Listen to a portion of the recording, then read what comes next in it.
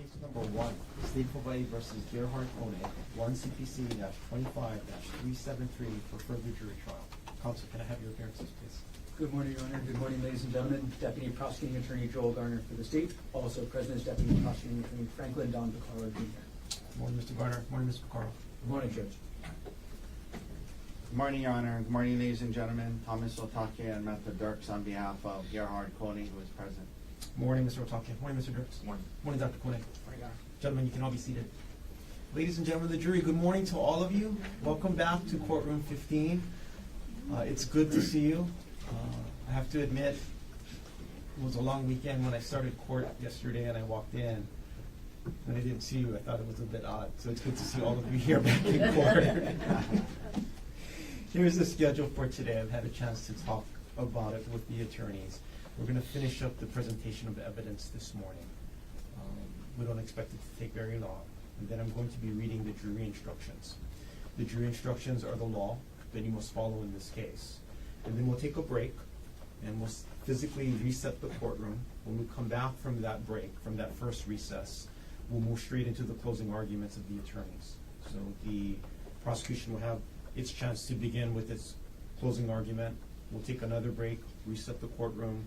The defense has the opportunity to present its closing argument, followed by any rebuttal argument by the state. Once the closing arguments are done, I will have the final charge to the jury, and I'm going to ask the 12 jurors that are going to deliberate in this case to go into the jury deliberation room to begin consideration of the case. I expect all of that to happen this morning. I smile a little bit. What I mean is all of that is expected to happen before lunch. Our lunch break may be a little bit later, just so we can get all of that in before you begin your deliberation. As you already know, lunch is going to be brought in for the deliberating jurors. So that's the schedule that we're looking at. Lunch maybe a little bit later than 12:30, but hopefully not too much later. So that's the schedule for today. Before we continue, does anybody need any more notebooks, any pens? I see no hands. Mr. Otake, does the defense wish to present any other evidence in this case? Yes, Your Honor. The defense will recall Detective Thomas Inuma to the stand. Please.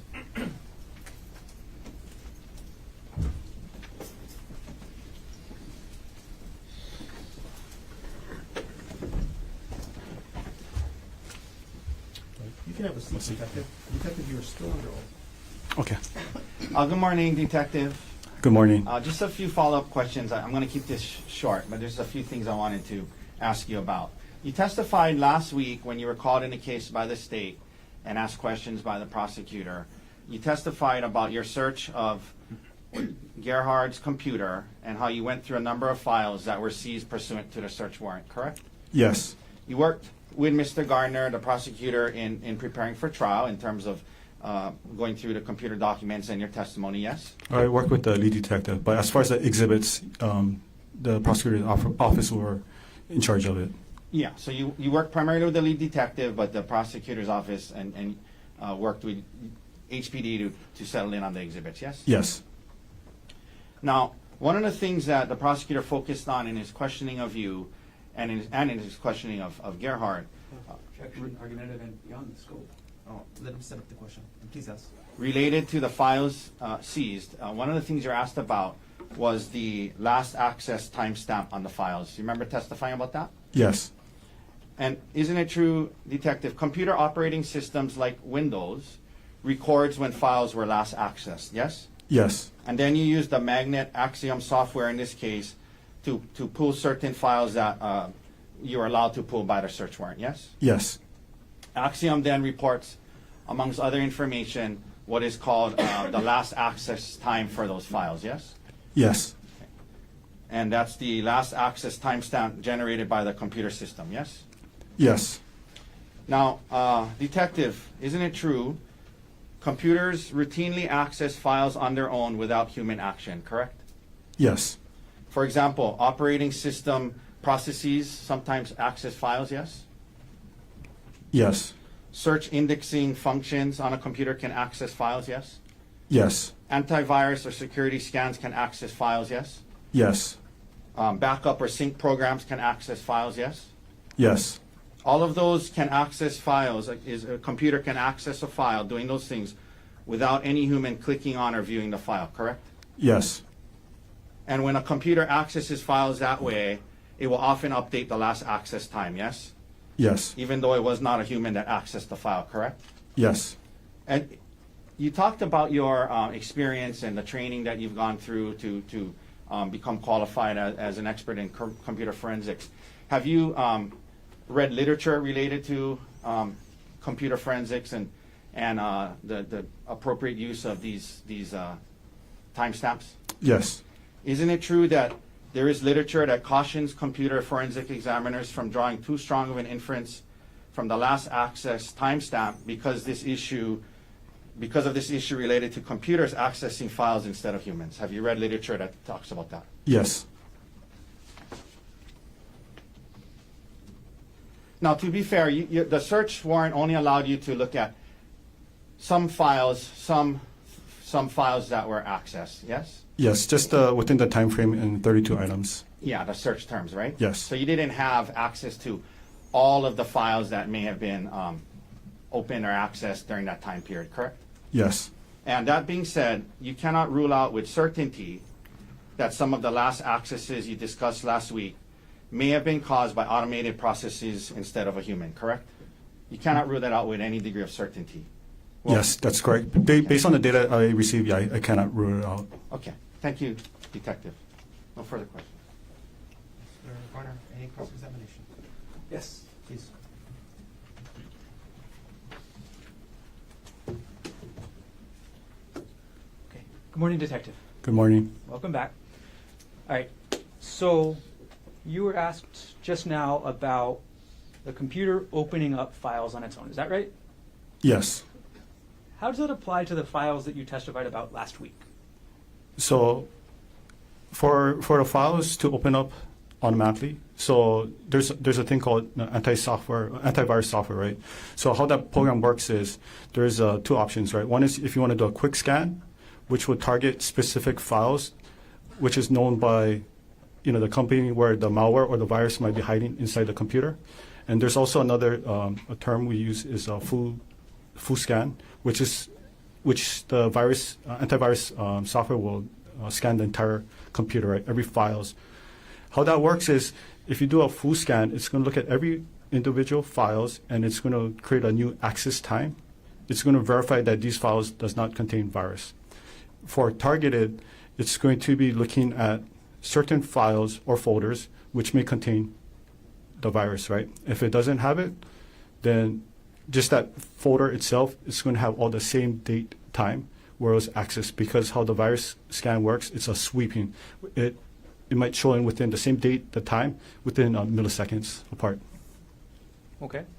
Now, based on the fact that there are multiple different dates where all these different files, the financials, the divorce documents, where all these were accessed, what does that tell you about whether this was a virus scan or a person? Okay, so how using the Axum software, if it's a case that's involved, if it's important to last access time, the file created date time or the modified date time, what I usually do is I look at the metadata. The metadata is data about the data. So for example, for photos or videos, right, it contains data such as created date time. It also have a modified date time. It's going to also show the last access time. It's going to contain GPS location data and the make and model of the device that was used to capture it. For files, it's going to contain basically the same thing. Might not have the GPS location data, but it might contain the author's name. And as far as when I was looking at when I filtered, just by looking at the date range where it was last accessed, I noticed that all the dates and the date and time that was accessed were all different.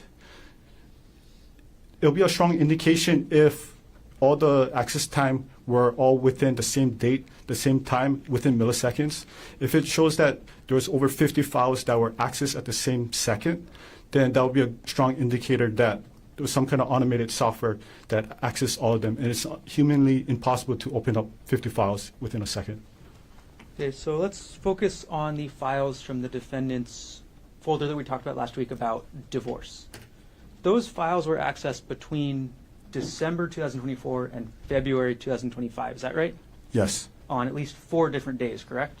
Yes. And what does that tell you about whether it's human access or antivirus software or automatic access? Okay, so just based on the limited data that I received, it appears that it was likely a human action that caused it, because if the antivirus software went into that folder, it's going to do a sweep of all the files within that folder. It's not going to just individually pick one file for that day, come back a couple days later, look for another file, and so on. So overall, the file access that you talked about last week, is that more consistent, or that file access that you talked about last week is more consistent than with user access than automated access, correct? Based on the data that I had, yes. Okay. Thank you. No further questions. Read it. Detective, you said based on the data that you had, and you said based on the limited data I recovered, it appears more likely to be human. But you say based on the limited data because you didn't have all the data to look at what other files may have been open at that time, correct? Yeah, so yeah, correction. So based on the limited data, it appears that it was a human Okay. action, but I'm not certain because I will need the full access to the computer. Thank you, Detective.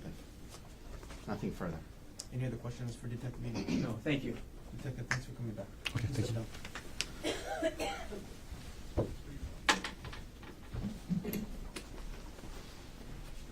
Mr. Otake, does the defense wish to present any other evidence in this case? Your Honor, at this time the defense rests. Thank you. Mr. Garner, does the state wish to present any rebuttal evidence in this case? No, Your Honor. Counsel, if I can briefly have you appear at the natural record. I'm sorry, on record.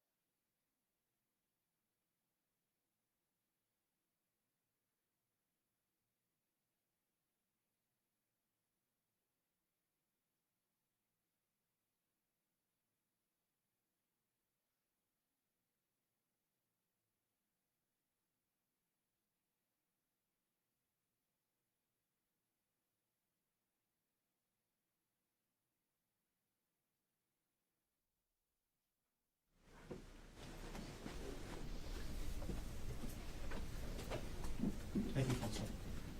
So at this point in time, ladies and gentlemen, I'm going to read the jury instructions to you. Ms. McCallum is going to pass out to each of you one set of these jury instructions. So you're welcome to read along with me, but you're not required to do so. Because when you go into the jury deliberation room, each of you will have your own set of jury instructions.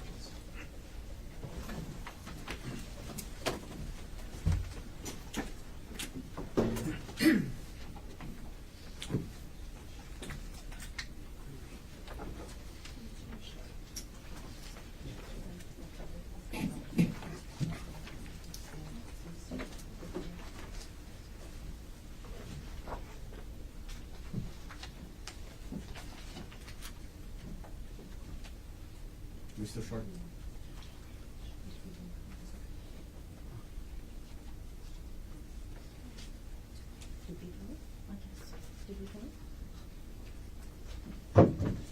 Does anybody not have a set of jury instructions? Okay. So ladies and gentlemen, I will now instruct you on the law that you must follow in reaching your verdict. You are the judges of the facts of this case. You will decide what facts were proved by the evidence. However, you must follow these instructions even if you disagree with them. You must consider all the instructions as a whole and consider each instruction in the light of all the others. Do not single out any word, phrase, sentence, or instruction and ignore the others. No word, phrase, sentence, or instruction is more important just because it is repeated in these instructions. In the event that a statement or argument made by a lawyer contradicts or misstates these instructions, you must disregard that statement or argument and follow these instructions. You must presume the defendant is innocent of the charge against him. This presumption remains with the defendant throughout the trial of the case, unless and until the prosecution proves the defendant guilty beyond a reasonable doubt. The presumption of innocence is not a mere slogan, but an essential part of the law that is binding upon you. It places upon the prosecution the duty of proving every material element of the offense charged against the defendant beyond a reasonable doubt. You must not find the defendant guilty upon mere suspicion or upon evidence which only shows that the defendant is probably guilty. What the law requires before the defendant can be found guilty is not suspicion, not probabilities, but proof of the defendant's guilt beyond a reasonable doubt. What is a reasonable doubt?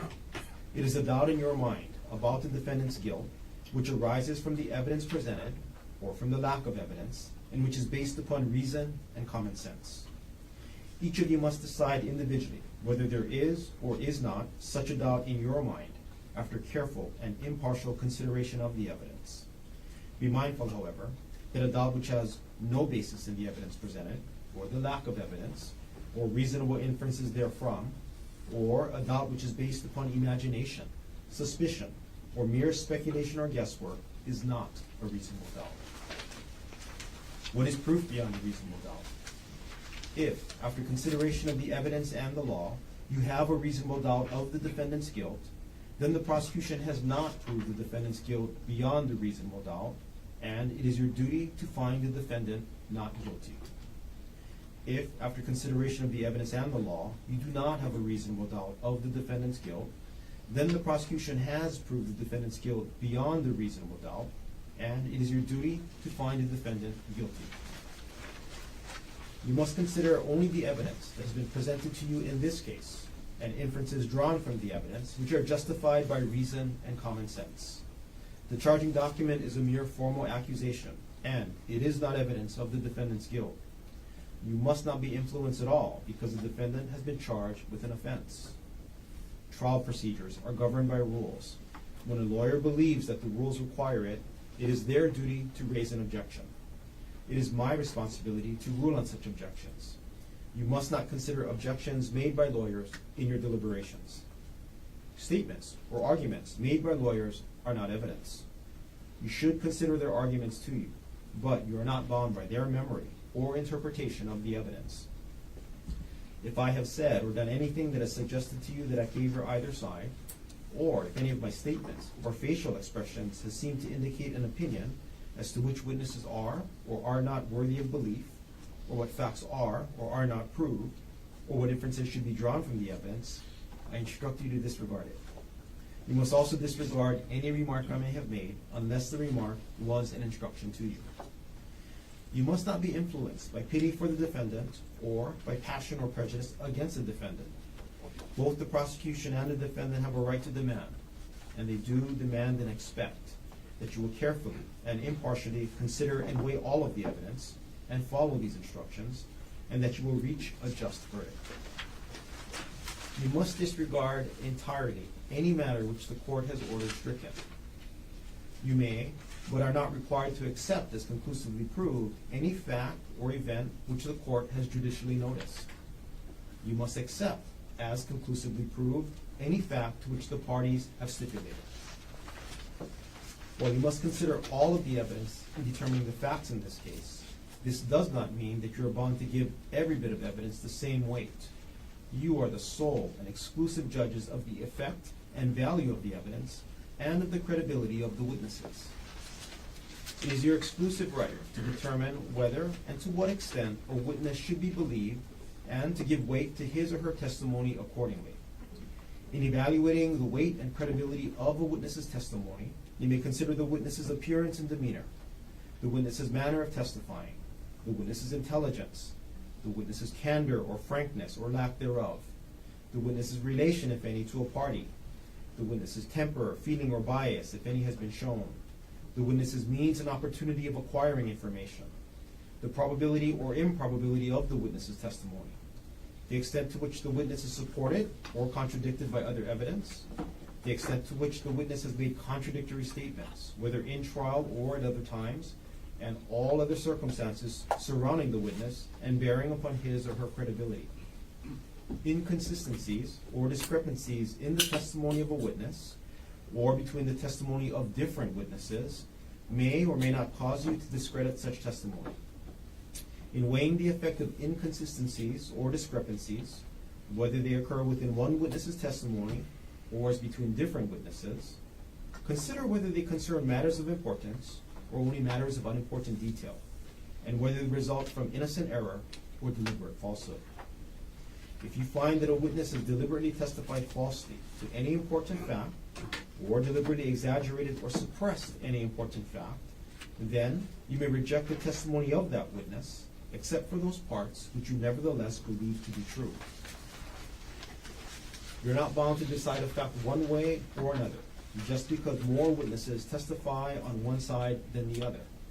It is testimony that has a convincing force upon you that counts, and the testimony of even a single witness, if believed, can be sufficient to prove a fact. The prosecution is not required to call as witnesses all persons who may have been present at any of the events disclosed by the evidence, or who may appear to have some knowledge of these events, or to produce all objects or documents mentioned or suggested by the evidence. The defendant has no duty or obligation to call any witnesses or produce any evidence. The defendant in this case has testified. When a defendant testifies, his credibility is to be tested in the same manner as any other witness.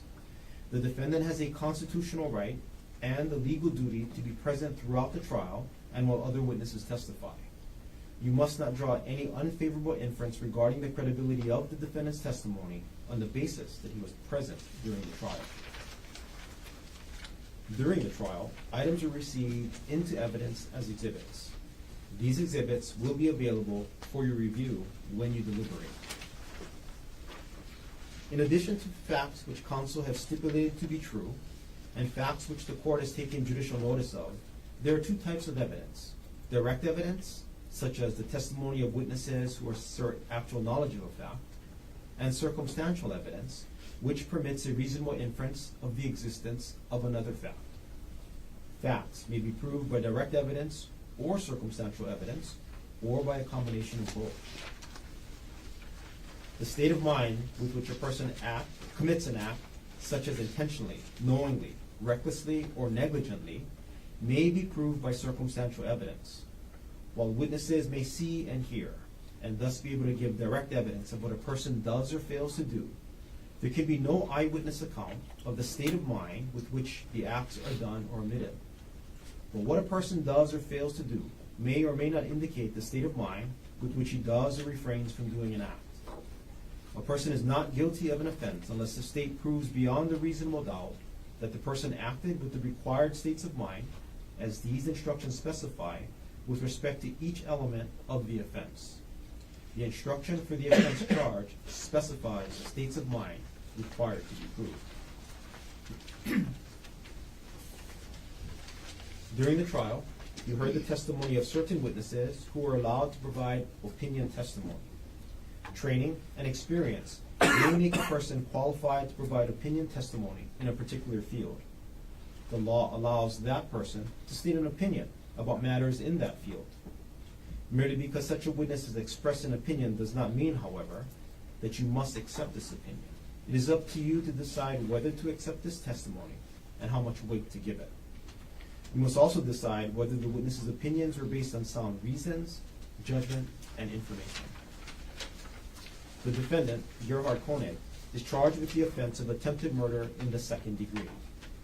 A person commits the offense of attempted murder in the second degree if he intentionally engages in conduct which, under the circumstances as he believes them to be, is a substantial step in a course of conduct intended or known to cause the death of another person. There are two material elements of the offense of attempted murder in the second degree, each of which the prosecution must prove beyond a reasonable doubt.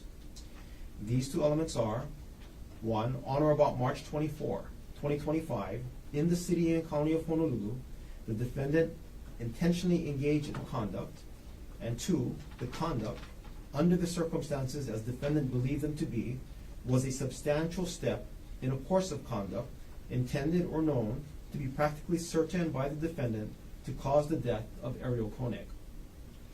Conduct shall not be considered a substantial step unless it is strongly corroborative of the defendant's intent to commit murder in the second degree, which is intentionally or knowingly causing the death of another person. Self-defense is a defense to the charge of attempted murder in the second degree and its included offenses. Self-defense involves consideration of 2 issues. First, you must determine whether the defendant did or did not use deadly force. Second, you must determine whether the force used was justified. The burden is on the prosecution to prove beyond the reasonable doubt that the force used by the defendant was not justified. If the prosecution does not meet its burden, then you must find the defendant not guilty. The first issue is, did the defendant use deadly force? Deadly force means force which the defendant uses with the intent of causing, or which he knows to create a substantial risk of causing, death or serious bodily injury. Force means any bodily impact, restraint or confinement, or the threat thereof.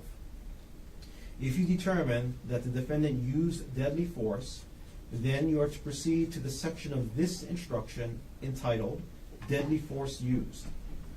If you determine that the defendant did not use deadly force, then you are to proceed to the section in this instruction entitled Deadly Force Not Used. The determination of whether or not the defendant did or did not use deadly force must be unanimous. You must then follow the law in the applicable section to determine the second issue, which is whether the force used by the defendant was justified. Deadly force used. The use of deadly force upon or toward another person is justified if the defendant reasonably believes that deadly force is necessary to protect himself on the present occasion against death or serious bodily injury. The reasonableness of the defendant's belief that the use of protective deadly force was necessary shall be determined from the viewpoint of a reasonable person in the defendant's position under the circumstances of which the defendant was aware, or as the defendant reasonably believed them to be when the deadly force was used.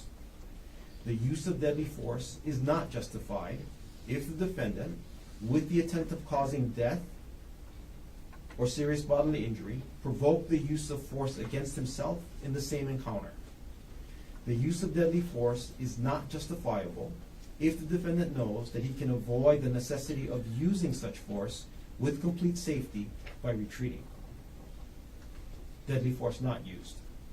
The use of force upon or toward another person is justified if the defendant reasonably believes that the force is immediately necessary to protect himself on the present occasion against the use of unlawful force by the other person. The reasonableness of the defendant's belief that the use of protective force was immediately necessary shall be determined from the viewpoint of a reasonable person in the defendant's position under the circumstances of which the defendant was aware, or as the defendant reasonably believed them to be. The defendant may estimate the necessity for the use of force under the circumstances as he reasonably believes them to be when the force is used without retreating. Unlawful force means force which is used without the consent of the person against whom it is directed, and the use of which would constitute an unjustifiable use of deadly force or force. A person cannot consent to the infliction of death, serious bodily injury, or substantial bodily injury. Self-defense is not available for the included offenses of assault in the second degree by recklessly causing substantial bodily injury, and assault in the third degree by recklessly or negligently causing bodily injury, if the prosecution proves that 1, the defendant was reckless in believing that he was justified in using deadly force or force against the other person, or 2, the defendant was reckless in acquiring or failing to acquire any knowledge or belief which was material to the justifiability of his use of deadly force or force against the other person. If, and only if, you unanimously find that all the elements of attempted murder in the second degree has been proven by the prosecution beyond a reasonable doubt, and you unanimously find that the defendant was not acting in self-defense, then you must consider the affirmative defense of extreme mental or emotional disturbance. Extreme mental or emotional disturbance has two elements. These two elements are, one, the defendant was, at the time he attempted to cause the death of the other person, under the influence of extreme mental or emotional disturbance. And two, there was a reasonable explanation for the extreme mental or emotional disturbance. The reasonableness of the explanation shall be determined from the viewpoint of a reasonable person in the circumstances as the defendant believed them to be. The question of the defendant's self-control, or lack of it, at the time of the offense is a significant factor in deciding whether he was under the influence of extreme mental or emotional disturbance. The defendant must prove an affirmative defense by preponderance of the evidence. This means that the defendant must prove that it is more likely than not, or more probable than not, that each element of extreme mental or emotional disturbance occurred. In determining whether the defendant has proven an affirmative defense by a preponderance of the evidence, you must consider all of the evidence that has been presented to you regardless of who presented it. If you unanimously find that the defendant has proven the elements of the affirmative defense by a preponderance of the evidence, then you must find the defendant guilty of attempted manslaughter based upon extreme mental or emotional disturbance. If you unanimously find that the defendant has not proven the elements of the affirmative defense by a preponderance of the evidence, then you must find the defendant guilty of attempted murder in the second degree. If you are unable to reach a unanimous verdict as to whether the affirmative defense has been proved or not been proved, then a verdict may not be returned on attempted murder in the second degree.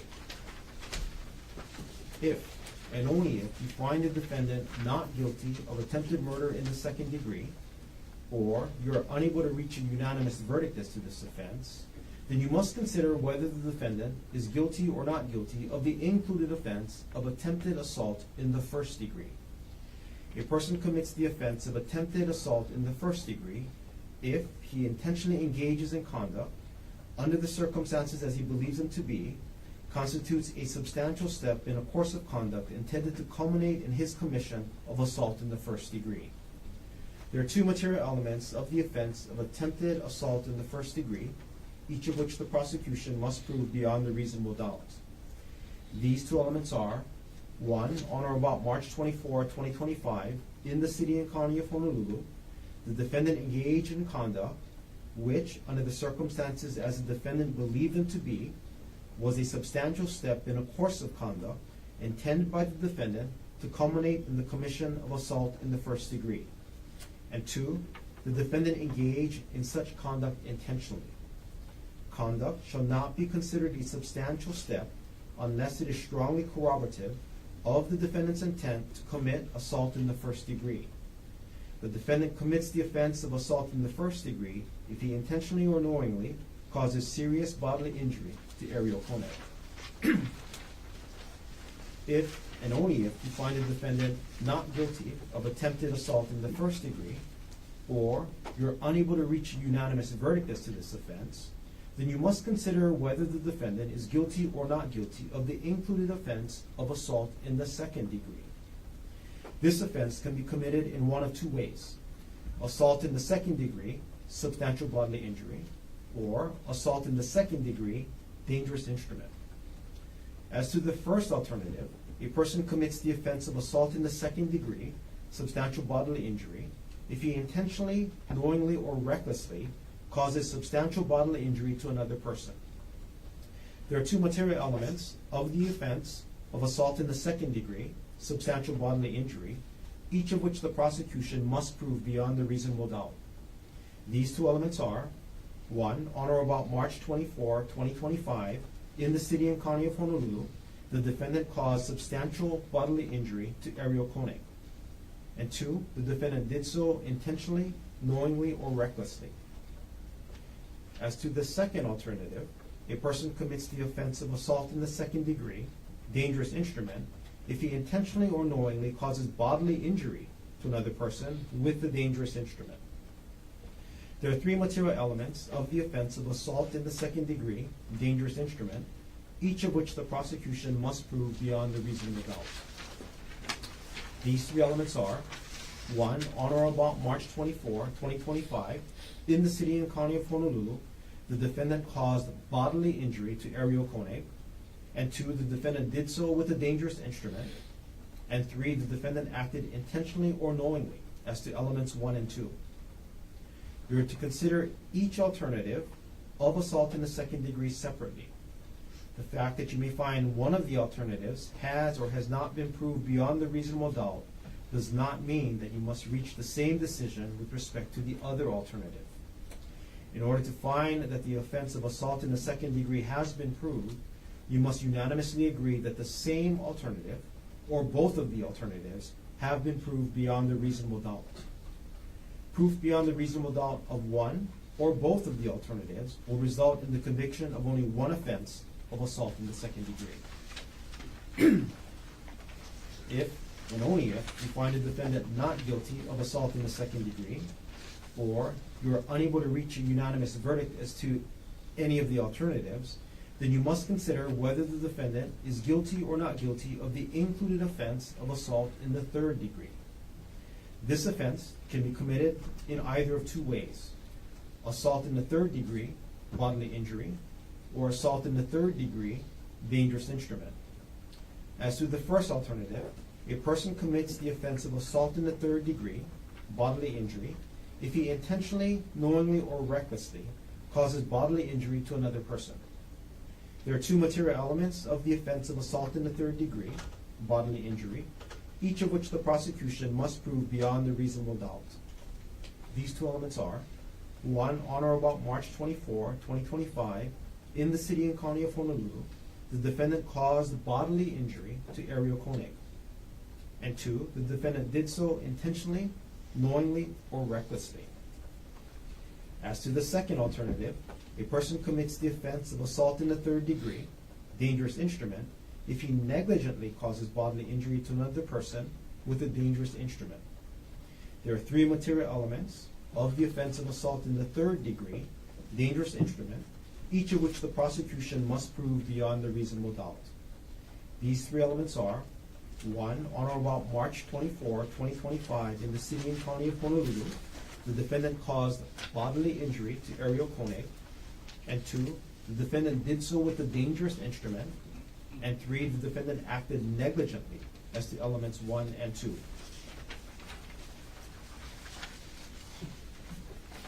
The fact that you may find one of the alternatives has or has not been proved beyond a reasonable doubt does not mean that you must reach the same decision with respect to the other alternative.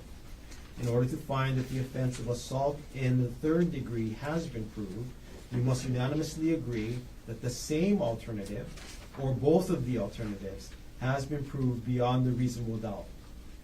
Proof beyond a reasonable doubt of one or both of the alternatives will result in the conviction of only one offense of assault in the third degree. Ladies and gentlemen, I'll amend the instructions so that it reads the way I read it out loud. If and only if you find that the prosecution has proved the offense of assault in the third degree beyond a reasonable doubt, then you must also consider whether the fight or scuffle was entered into by mutual consent, whether expressly or by conduct. You must determine whether the prosecution has proven beyond a reasonable doubt that the fight or scuffle was not entered into by mutual consent. This determination must be unanimous, and it is to be indicated by answering yes or no on a special interrogatory that will be provided to you. Dangerous instrument means any weapon, device, instrument, material, or substance, whether animate or inanimate, which, in the manner it is used, or is intended to be used, is known to be capable of producing death or serious bodily injury. Serious bodily injury means bodily injury which creates a substantial risk of death, or which causes serious permanent disfigurement, or protracted loss or impairment of the function of any bodily member or organ. Substantial bodily injury means a major avulsion, major laceration, or major penetration of the skin, or a burn of at least second-degree severity, or bone fracture, or a serious concussion, or a tearing, rupture, or corrosive damage to the esophagus, viscera, or other internal organs. Bodily injury means physical pain, illness, or any impairment of physical condition. A person acts intentionally with respect to his conduct when it is his conscious object to engage in such conduct. A person acts intentionally with respect to attendant circumstances when he is aware of the existence of such circumstances or believes or hopes that they exist. A person acts intentionally with respect to a result of his conduct when it is his conscious object to cause such a result. A person acts knowingly with respect to his conduct when he is aware that his conduct is of that nature. A person acts knowingly with respect to attendant circumstances when he is aware that such circumstances exist. A person acts knowingly with respect to the result of his conduct when he is aware that it is practically certain that his conduct will cause such a result. A person acts recklessly with respect to his conduct when he consciously disregards a substantial and unjustifiable risk that the person's conduct is of the specified nature. A person acts recklessly with respect to attendant circumstances when he consciously disregards a substantial and unjustifiable risk that such circumstances exist.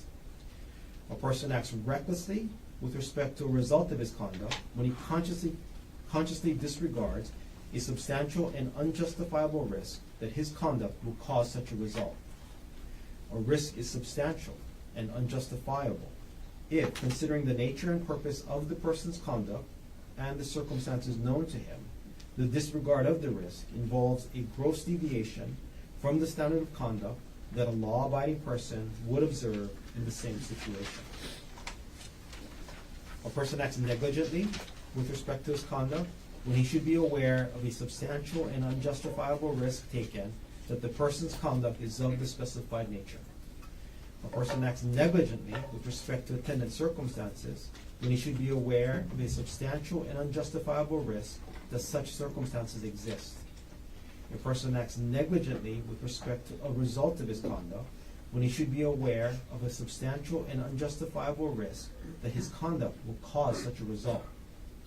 A risk is substantial and unjustifiable if the person's failure to perceive it, considering the nature and purpose of his conduct and the circumstances known to him, involves a gross deviation from the standard of care that a law-abiding person would observe in the same situation. The law allows the introduction of evidence for the purpose of showing that there is more than one path to prove an element of an offense or to disprove a defense. In order for the prosecution to prove an element of an offense or to disprove a defense, all 12 jurors must unanimously agree that the same act has been proved beyond a reasonable doubt. You must not discuss or consider the subject of penalty or punishment in your deliberations of this case. A verdict must represent the considered judgment of each juror, and in order to reach a verdict, it is necessary that each juror agree thereto. In other words, your verdict must be unanimous. Each of you must decide the case for yourself, but it is your duty to consult with one another and to deliberate with the view to reaching an agreement, if you can do so without violating your individual judgment. In the course of your deliberations, do not hesitate to re-examine your own views and change your opinion if convinced it is erroneous. But do not surrender your honest belief as to the weight or effect of evidence for the mere purpose of returning a verdict.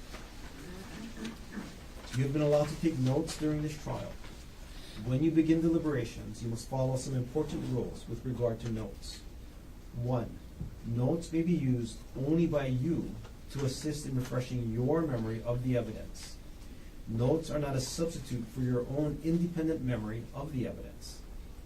2. Keep your notes to yourself and do not share or read them to any other juror. 3. You must not give certain evidence more weight simply because it appears in your notes. Do not assume that your notes are accurate or complete. 4. Some of you may not have taken notes. If you have not taken notes, You should rely on your memory of the evidence and should not be influenced by the fact that another juror took notes. Notes are not entitled to any greater weight than the memory of each juror as to what the testimony may have been. Anytime you leave the room during deliberations, leave your notes face down on your chair. 6, if you go home overnight without reaching a verdict, your notes will be kept by the court and returned to you at the start of the next day. Your notes will not be read by anyone. 7, after you have reached a verdict, your notes will be collected and destroyed. At the start of your consideration of this case, elect one of your members as foreperson to preside over your deliberations and be your spokesperson in court. You may take such time as you feel is necessary for your deliberations. You may inform the court if you have any questions about or do not understand the court's instructions. When you reach a verdict, the foreperson is to sign and date the verdict, an appropriate form for which will be given to you. When you begin your deliberations, and until you are through with your consideration of this case, or you are otherwise excused by the court, it is necessary that you remain together as a body. Court personnel will be sworn to attend you and take care of any personal problems you may have and see to your comfort. If you need to communicate with the court, send a note through the bailiff.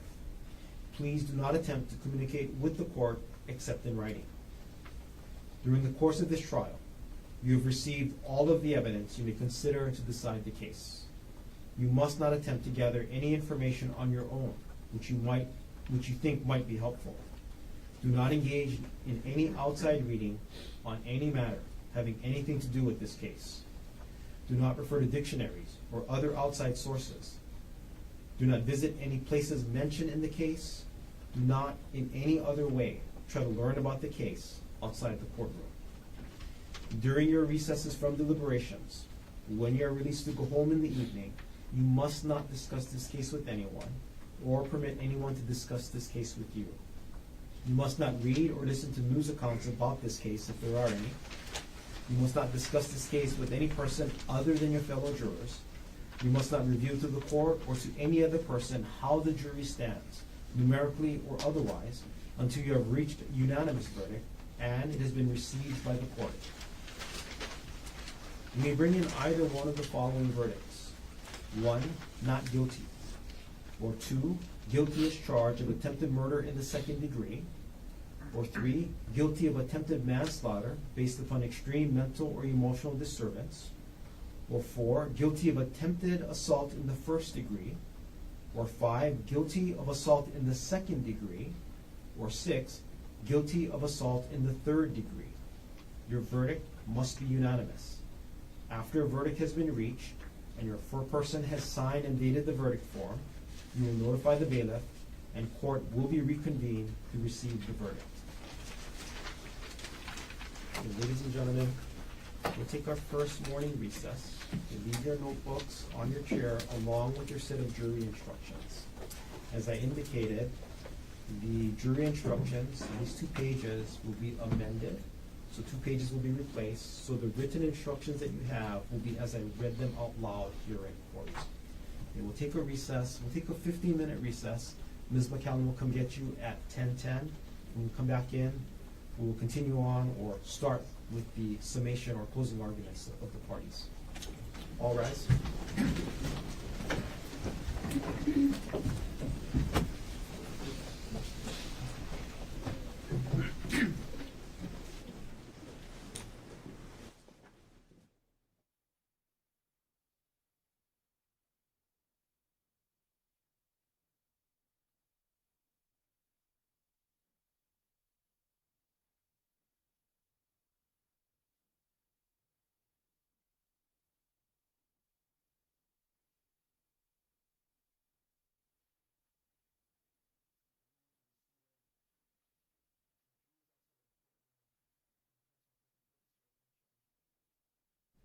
Page 19 of the jury instructions. Page 19 references guilty of murder in the second degree. The court read attempted murder in the second degree. So it should be amended. Last sentence in the first paragraph, the words between of and murder, the word attempted should be inserted. Same change, last sentence of the instruction, it should be attempted murder in the second degree. That's how it's read to the court. Mr. Garner, any objections to the amendment to the instructions? No objection. How about you, Mr. Otake? This is on page 19, Yes, correct? sir. Yes, sir. In the two places where it said murder instead of attempted.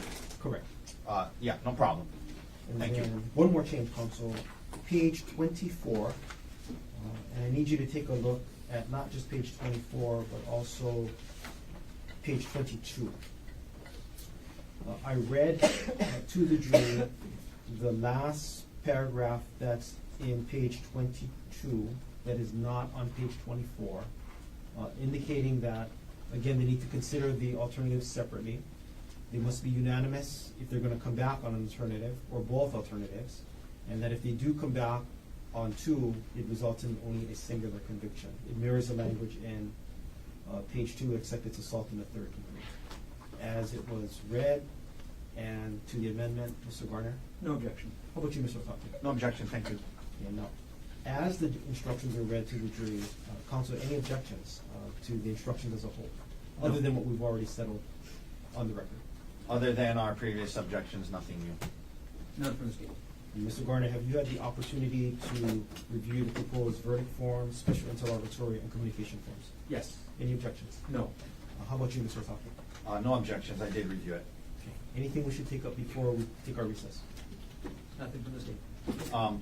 Just that we're gonna take a break after, I'd ask that I think we need to take a break after the state's closing, so I can set up and also show the state my PowerPoint at that point. That's fine. Yeah. I intended that anyway. I did have one more thing. I'm sorry, I'm glad I remembered it. The normal course of closing is the state, take the break, defense, right? And then go straight into the state's rebuttal. Correct. If the defense is going to argue the affirmative defense of extreme or emotional disturbance, then the defendant has to rebuttal. We didn't discuss that, but that is the state. So if the defense is going to argue that, then there's a rebuttal. It'll come right after the state's rebuttal. And then I'll give the final charge to the jury before I send them to deliberation. Counsel, any agreement with that? Yes, with the understanding that should that happen, the rebuttal is limited to the EMED. Oh, it's only on email? Yeah. Okay. Counsel, thank you. Court's in recess. And off record, I'm gonna now look at his PowerPoint.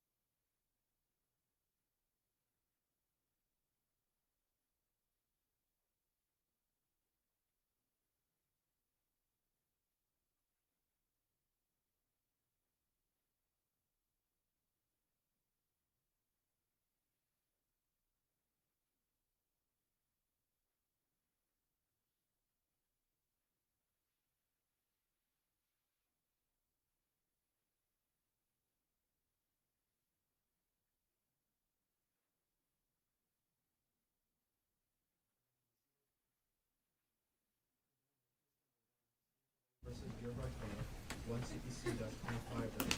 Gerhardt Konig is present in court with all four counsel of record. All jurors are back in the courtroom. Ladies and gentlemen of the jury, the attorneys will now have their opportunity to give you their closing arguments. Keep in mind, what they say is not evidence, and you're not bound by how they see or how they remember the evidence. You should consider their arguments to you, but again, you're not bound by how they see or remember the evidence. Mr. Garner, are you ready with the state's closing argument? Yes, Your Honor. Please. And for the record, the state is reserving some time for rebuttal. Understood. Thank you.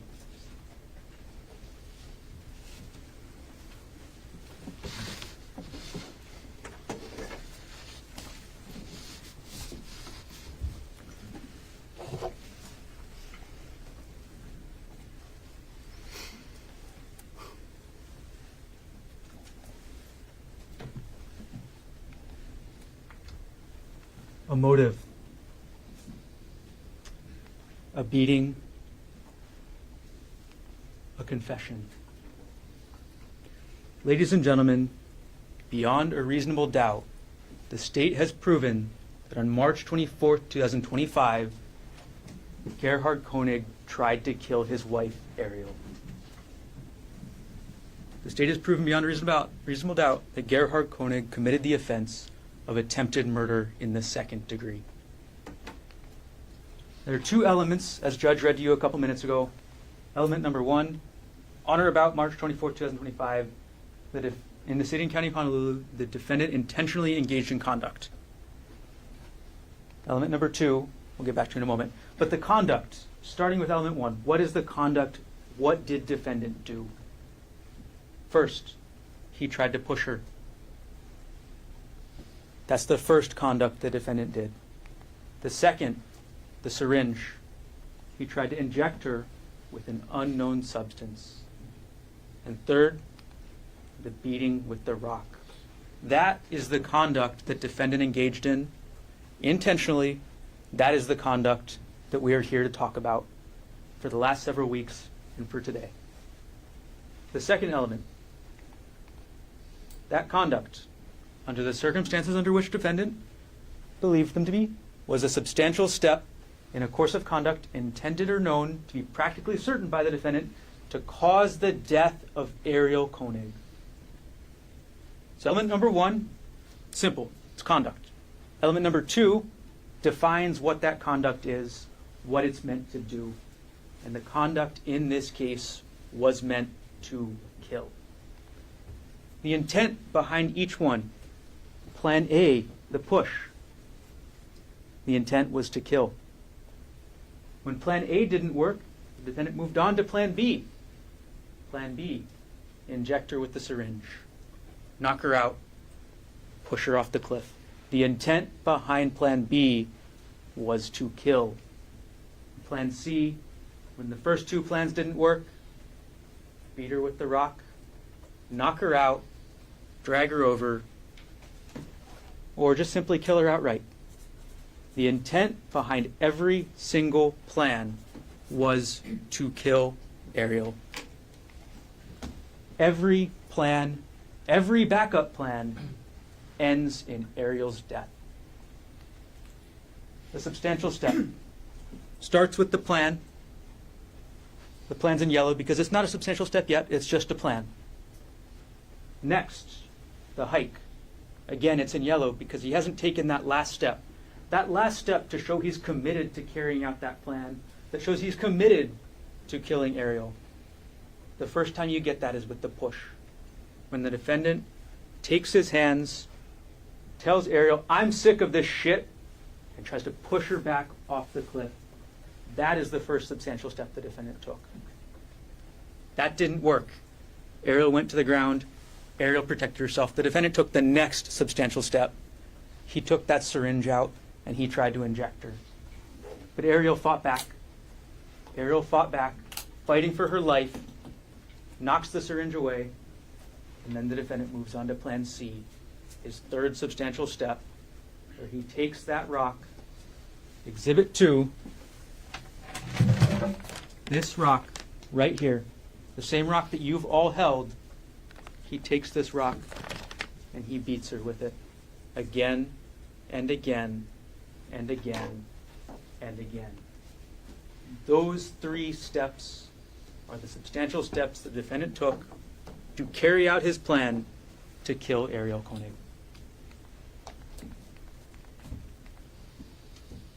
Before we get any further, what is not a defense? The result of the defendant's conduct. The severity of Ariel's injuries, you'll hear many times trying to minimize them. That is not a defense. The law treats somebody the same, whether they're successful or not. The law treats you the same no matter how good you are at executing that plan, no matter how good you are at actually succeeding in killing somebody. The law treats you the same. As an example, somebody who tries to shoot somebody, who points a gun and tries to end a life, but misses, they've committed attempted murder the same way the defendant committed, in a similar way, in a similar idea as the way the defendant did it in this case.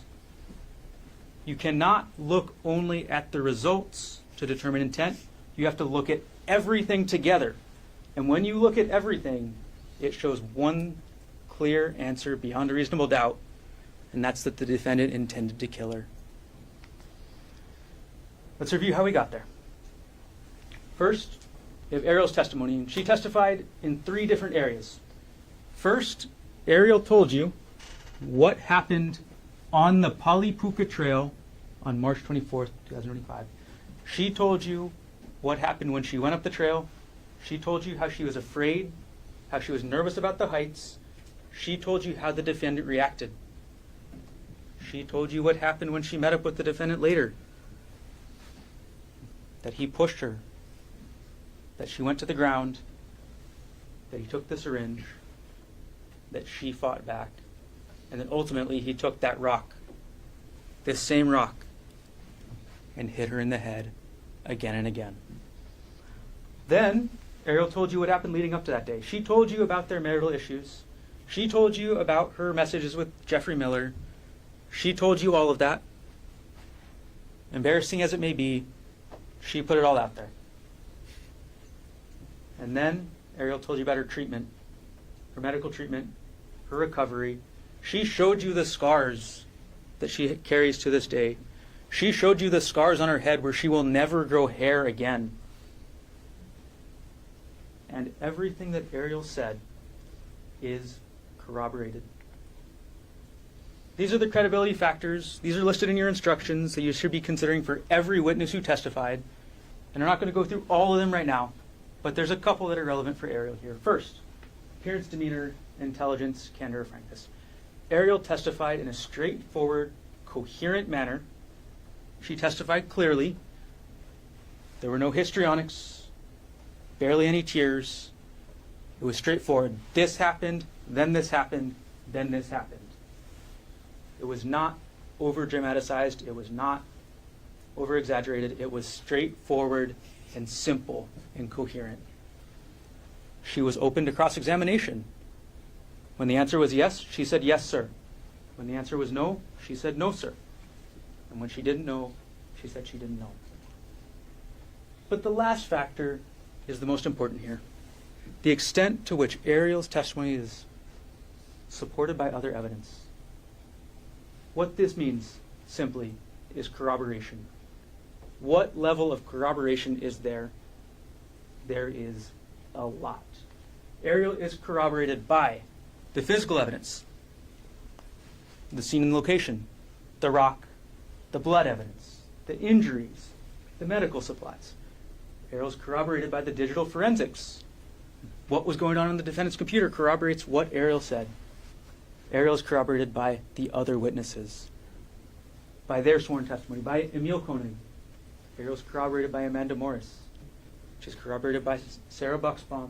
She's corroborated by HPD. And in the most important ways, she's even corroborated by what the defendant told Emil.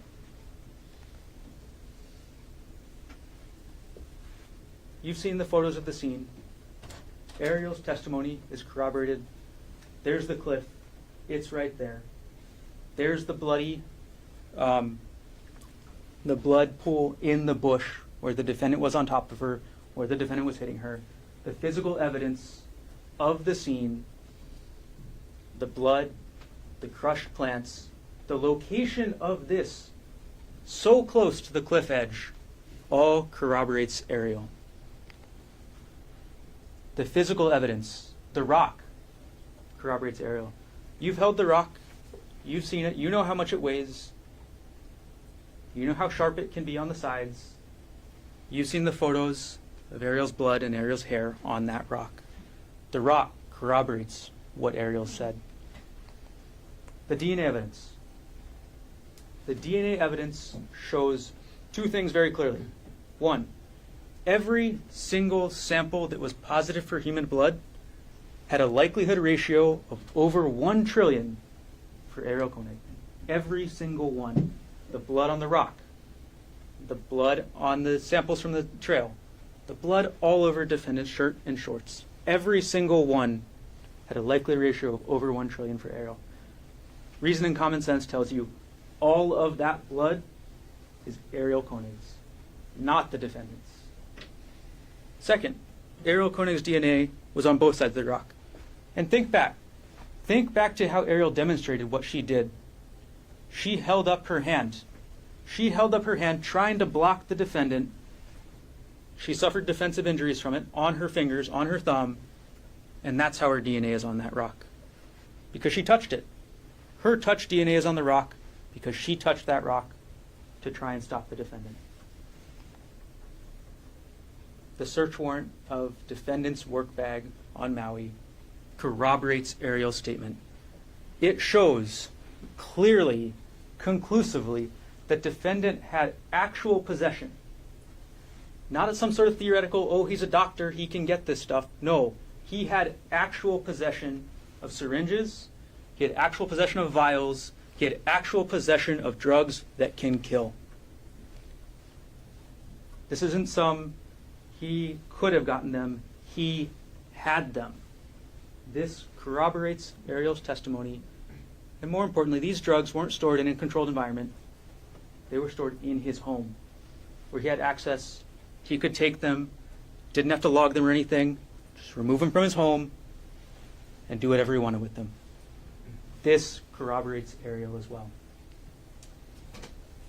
Lastly, Ariel is corroborated by her injuries. The physical evidence of Ariel's injuries corroborates exactly what she said. Think of the injuries to the top of her head. The stellate laceration.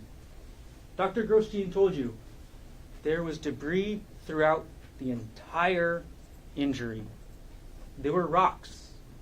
The defendant swung this rock so hard that pieces of rock broke off into Ariel's scalp. There was dirt throughout the entire laceration. And the middle of Ariel's scalp, he described as macerated or crushed. Went all the way down to the bone. You've seen the photo of Ariel from the front. You've seen what's missing from her head. You've seen that there is a chunk of her scalp that is gone. It's right there in that photo. And you've seen that she didn't just have scalp injuries. She had injuries above her eye. She had injuries below her eye. She had injuries to her hand, not even to just her thumb. Her thumb was only where there was a break. But she had injuries to 3 of her fingers. Her thumb, her index, and her middle finger. Ariel's testimony is corroborated by the physical evidence in this case. Ariel's also corroborated by the digital forensics, the digital evidence. The digital evidence tells you what defendant was thinking, what he was thinking from December 2024 to March 2025. It shows you that, first of all, it confirms the motive. It confirms the strong motive defendant had to kill because he was looking up infidelity. He was looking up Ariel's financials. He was looking up his prior divorce. He was going into Ariel's hard drive to look up documents on her computer or from her computer about divorce. He even went to the point where he was buying a spy device to spy on Ariel. This shows what was going on in defendant's mind. It wasn't some simple research. It wasn't taxes. It wasn't self-help. It was obsession. It was an obsession with Ariel. It was an obsession with infidelity. It was an obsession with going over those financials, and it was a plan for divorce. The second thing that the digital forensics shows, most importantly, it shows defendant's familiarity with that hike. It shows you what the defendant looked at before deciding the Polipuka Trail is the hike that he should be taking Ariel on. It showed the defendant this picture right here. It showed that the defendant was only interested in difficult hikes. Easy hikes were not for him. The defendant wanted difficult hikes, steep trails, big drops, narrow trails. This is where the defendant wanted to take Ariel. This trail, about a foot wide, somewhere around there. One push is all it would take on this trail.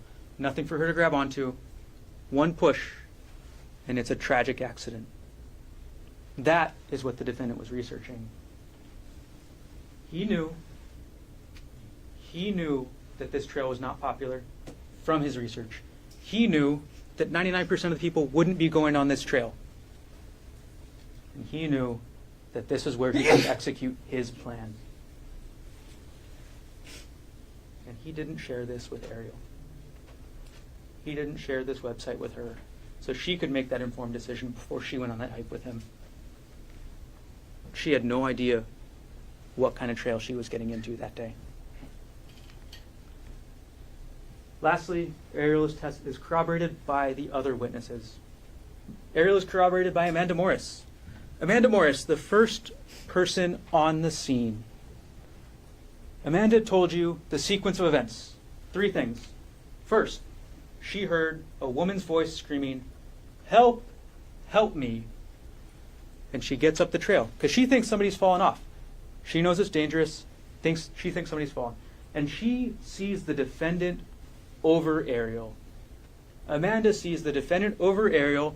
She sees the defendant with this rock in his hand, and she sees the defendant hit her.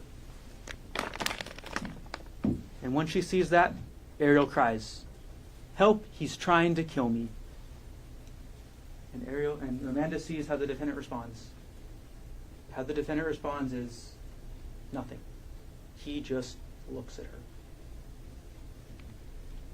Ariel's also corroborated by Sarah Buxbaum, the second woman on the scene, the second hiker who intervened. Sarah came in behind Amanda. She saw the defendant standing over Ariel. She saw the defendant standing with that rock. And most importantly, Sarah looked the defendant in the eye. Sarah made eye contact with the defendant and told you how that made her feel. It made her feel unsettled. It made her feel so afraid for herself and her safety when she was looking at the defendant in the eye. It made Sarah feel so unsafe that she and Amanda went back down the trail before they called 911 because they realized this was a dangerous situation for them. They realized, after looking in his eyes, what could happen to them. And they took those steps after seeing what was in the defendant's eyes. After seeing that look, they took steps to protect themselves. Listen to Sarah's voice on that 911 call. It's Exhibit 3. You'll have it. Listen to her voice, and you can hear what she's thinking about. You can hear the worry in her voice. You can hear that she's afraid for her own safety after she's seen the defendant. It's all there. And you may hear argument today, or have maybe you thought to yourself, well, Amanda and Sarah only saw the end. The evidence shows that Amanda and Sarah didn't see the end of the incident. They caused the end of the incident. Because when they showed up, that is the only thing that stopped the defendant. Ariel screaming for help didn't stop the defendant. Ariel fighting back for her life didn't stop the defendant. The only thing that stopped the defendant, the only thing that was enough for him to stop, is 2 eyewitnesses coming up on the scene and seeing him beat her with that rock. The only thing that got him to stop was being caught red-handed. The responding officers, Corporal Wu, Corporal Chun, they corroborate Ariel as well. They showed you the hike. You saw the hike on their body cam. You saw their struggles with trying to get up the hike. They showed you the scene.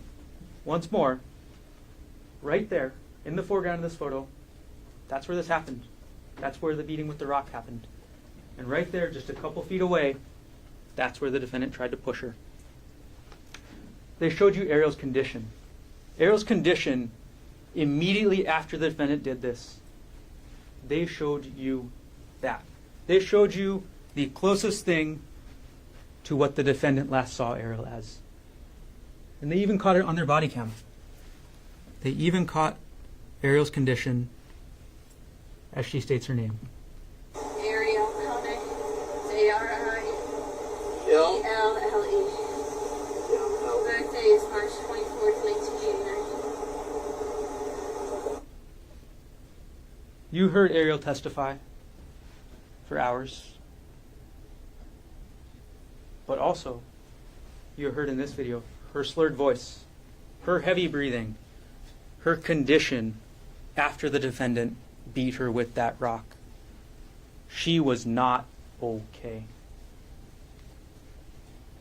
The manhunt corroborates Ariel as well. It took 3 different agencies, HPD, DLNR's DoCare, HFD, several different units from them, SED, SSD, a canine unit, the major events unit to search with drones.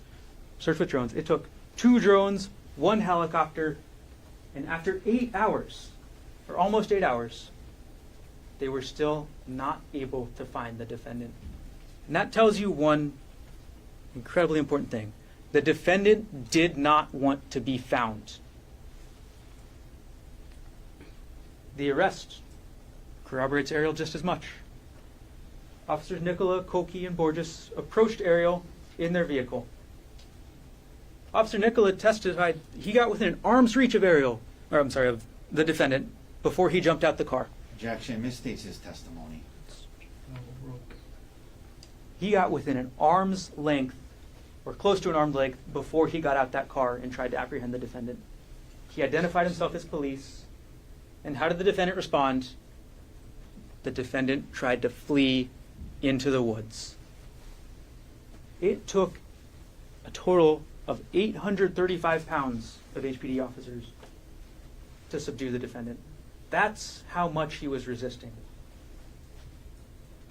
He knew they were police. They identified themselves as police. And as Officer Nicola testified, the defendant, in his attempt to get away, fell on his face, and then Officer Nicola fell on top of him. That's why you see the grass on the defendant's head. That's why you see the dirt on the left side of the defendant's face, because that's where he hit the ground. That's where he hit the ground while he was being arrested. And the defendant's own actions, finally, also corroborate what Ariel told you. Defendant's actions corroborate Ariel's testimony. First, he fled the scene. Second, he collected the evidence from the scene. He collected Ariel's phone. He collected Ariel's purse. And he collected those syringes. He took all those items from the scene and he disposed of them. Ariel's mom still tried to ping her phone, and it was up at the poly hours later, but they could never find it. And think back, where the police, where DoCare couldn't search.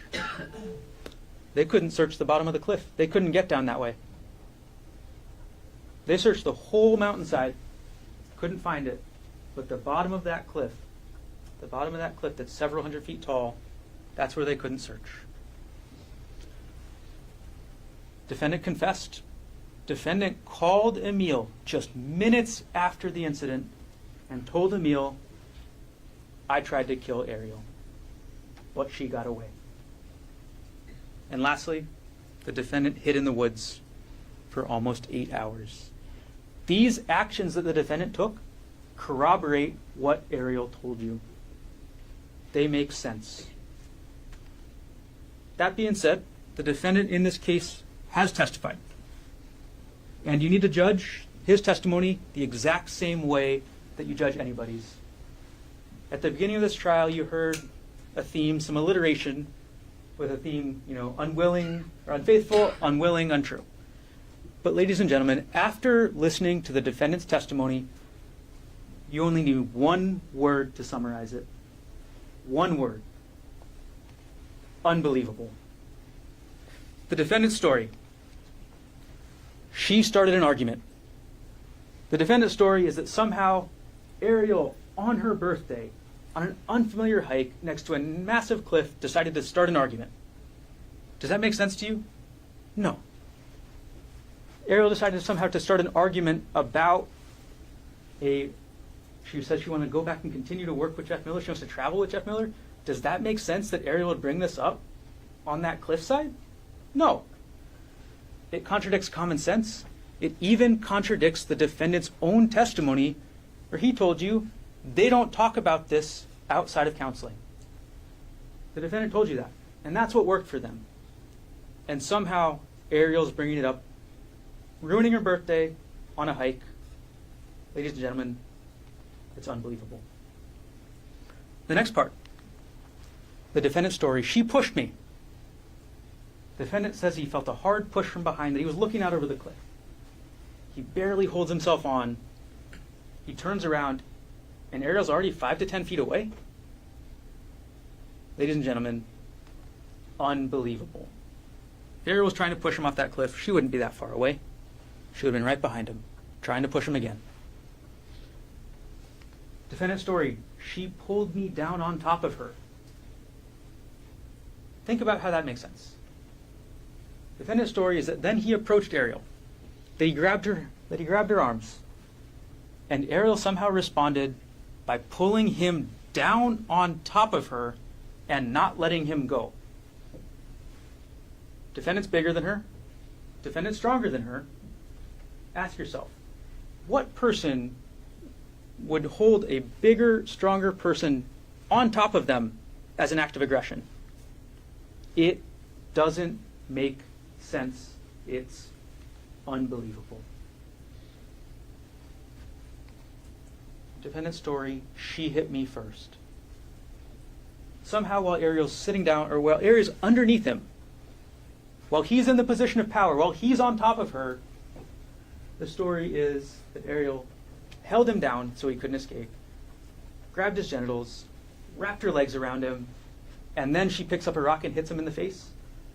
And as the defendant told you, he said, she hit me one time really good,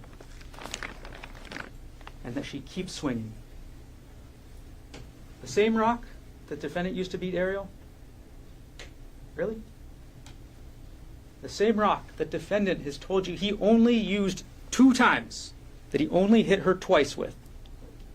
Ladies and gentlemen, unbelievable. The same rock, no. You can tell it's different injuries. This is the photo of the defendant immediately after his arrest. This is the photo of the defendant almost 8 hours after the incident up on the trail, after the defendant tried to kill Ariel. Yes, there's a small dark spot on his cheek. Is it a bruise? Is it dirt? I don't know. This is Ariel. The idea that this same rock caused these different injuries is unbelievable, ladies and gentlemen. The idea that Ariel could hit him really good, and that's it, it's unbelievable. This is the defendant at the hospital that night, and this is Ariel at the hospital on the same day. Again, minor bruise, major laceration. The idea that these injuries were caused by the same rock, completely unbelievable. You can only see that by looking at the next day. Look at the defendant 1 day later. There's nothing. There's no more. Ariel's got her head wrapped up. She's still got these injuries on her eye. The defendant's story is unbelievable. And lastly, the defendant told you that he wanted to turn himself in. That's what he was doing when he left the trail. Sunset was coming soon. The sun was getting low. But instead of doing the logical thing and walking down the trail where he knew the police would be, the defendant decides he has to come out of the forest onto the road. The defendant doesn't go back to the trailhead. He doesn't put his SIM card back in his phone. He doesn't turn his phone on because he's not trying to surrender himself. He's not trying to turn himself in. He's trying to escape. And that's why he ran when the police apprehended him. That's why he resisted. The defendant's story, unbelievable. The defendant's story, unlike Ariel's, where Ariel is corroborated, the defendant's story is filled with contradictions. The defendant is contradicted by Amanda and Sarah. Somehow, Ariel finally let go of his private parts, and then he just stands there and looks. He's not on the ground writhing in pain? Does that make sense? He says that she held on so hard that he couldn't escape. Does it make sense that afterwards he would just stand there and stare? No. The defendant is contradicted by the physical evidence. He's contradicted by the fact that there's no blood of his up there. There's no evidence of injuries that support what defendant says happened. He's even contradicted by his own hired doctor. The defendant told you he hit her twice. No more. But even his own doctor said 2 to 3 hits to the scalp. Hits to the face. Hits to the fingers. So even the defendant's own witness shows that he hit her more than twice. He hit her, add them all up, 4, 5, 6, could be any of those times. He hit her again and again and again and again. And he only told you 2 times. Ladies and gentlemen, it's unbelievable. He told you he removed his SIM card with a paperclip. Well, State 72 through States 86, that's all the photos. That's all the contents of defendant's backpack. Where is that paperclip? He could have just as easily used that syringe. Open his SIM card, dispose of the syringe. Hiding evidence 2 ways at once. The substantial step again. He made the plan. He made the plan to go hiking that day. He didn't share with Ariel what hike they were going on. He didn't share the details of that hike with Ariel. He didn't share the dangers of that hike with Ariel because his plan was to push her off that cliff. So they start the hike, and Ariel deviates from the plan. Ariel doesn't go up to that section from the photo, the super narrow section with no trees. Ariel doesn't want to go up there. So the defendant improvises. The defendant takes a different cliff.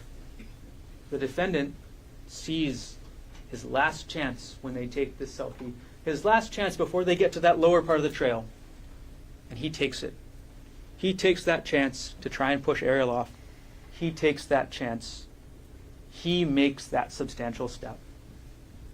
And plan A, the push, doesn't work.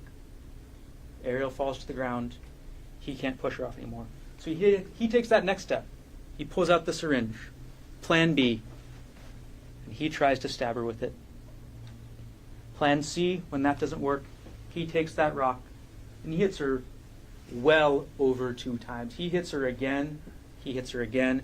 It doesn't matter that she's blocking. It doesn't matter that she's screaming.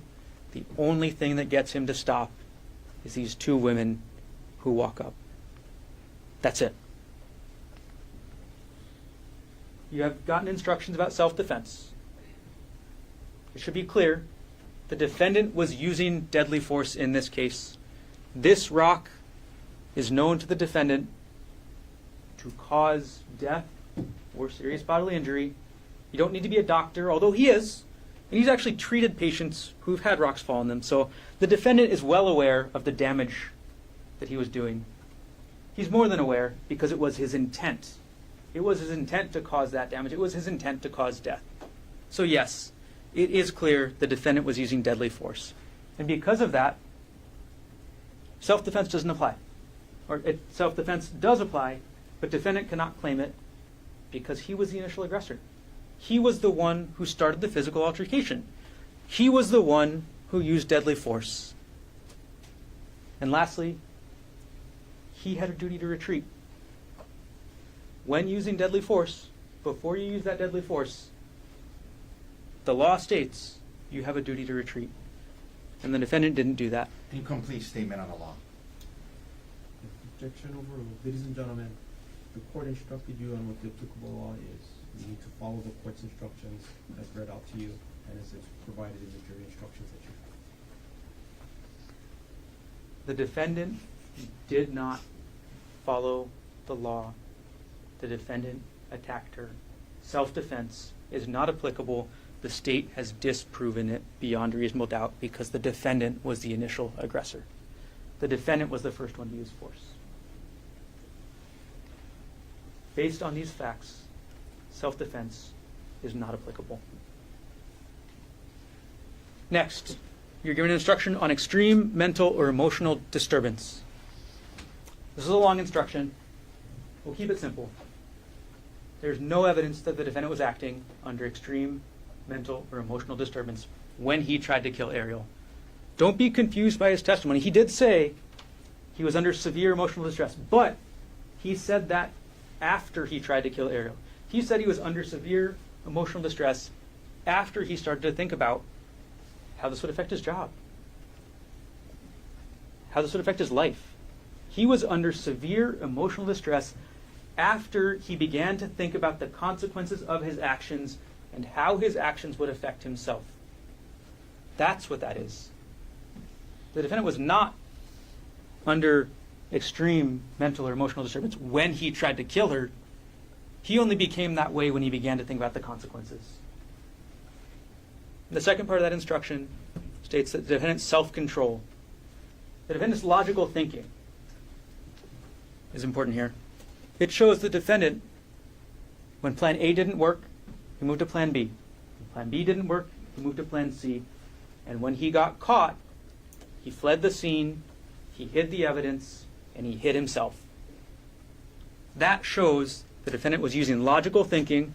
The defendant was solving problems as they came. He was not acting under extreme mental or emotional disturbance. Okay. You got a list of other included offenses. You got a list of a bunch of assault charges that are included in the attempted murder in the second-degree charge. When you think about those, just think one thing. He did more. This is what he did. Assault in the third degree, causing bodily injury. Ladies and gentlemen, that means physical pain. He did more. He did more than cause physical pain to Ariel. Assault in the second degree. He did more. Yes, the defendant caused a major laceration to Ariel's head, or severe laceration. The defendant caused a bone fracture to Ariel's thumb. Yes, he did those things, but he did more. But he did more because he was trying to kill her. Attempted assault in the first degree, same thing. Defendant took actions that he knew would cause a substantial risk of death. Yes. But he did more. Because the evidence all shows that defendant wasn't intending to do an assault. The defendant was intending to kill. All right. 3 things. Motive, a beating, and a confession. You've seen through this trial the defendant's motive. He was upset. He was angry. Wherever he turned, Ariel wasn't being punished. First, he talks to Ariel's best friend, tries to air the dirty laundry. But the best friend stays on Ariel's side. Deanna stays on Ariel's side. She's not punished. Then he emails Andrea Miller. Giving this other woman Ariel's personal contact information, her cell number, her personal email. But Andrea Miller never responds. Ariel's not punished. And then he goes to counseling. They go to marriage counseling. And instead of focusing on the affair, what do they focus on? These intimacy issues, these issues that Ariel testified about, these issues that were defendant's fault. Everything the defendant tried to do made sure Ariel was never punished. So he did it himself.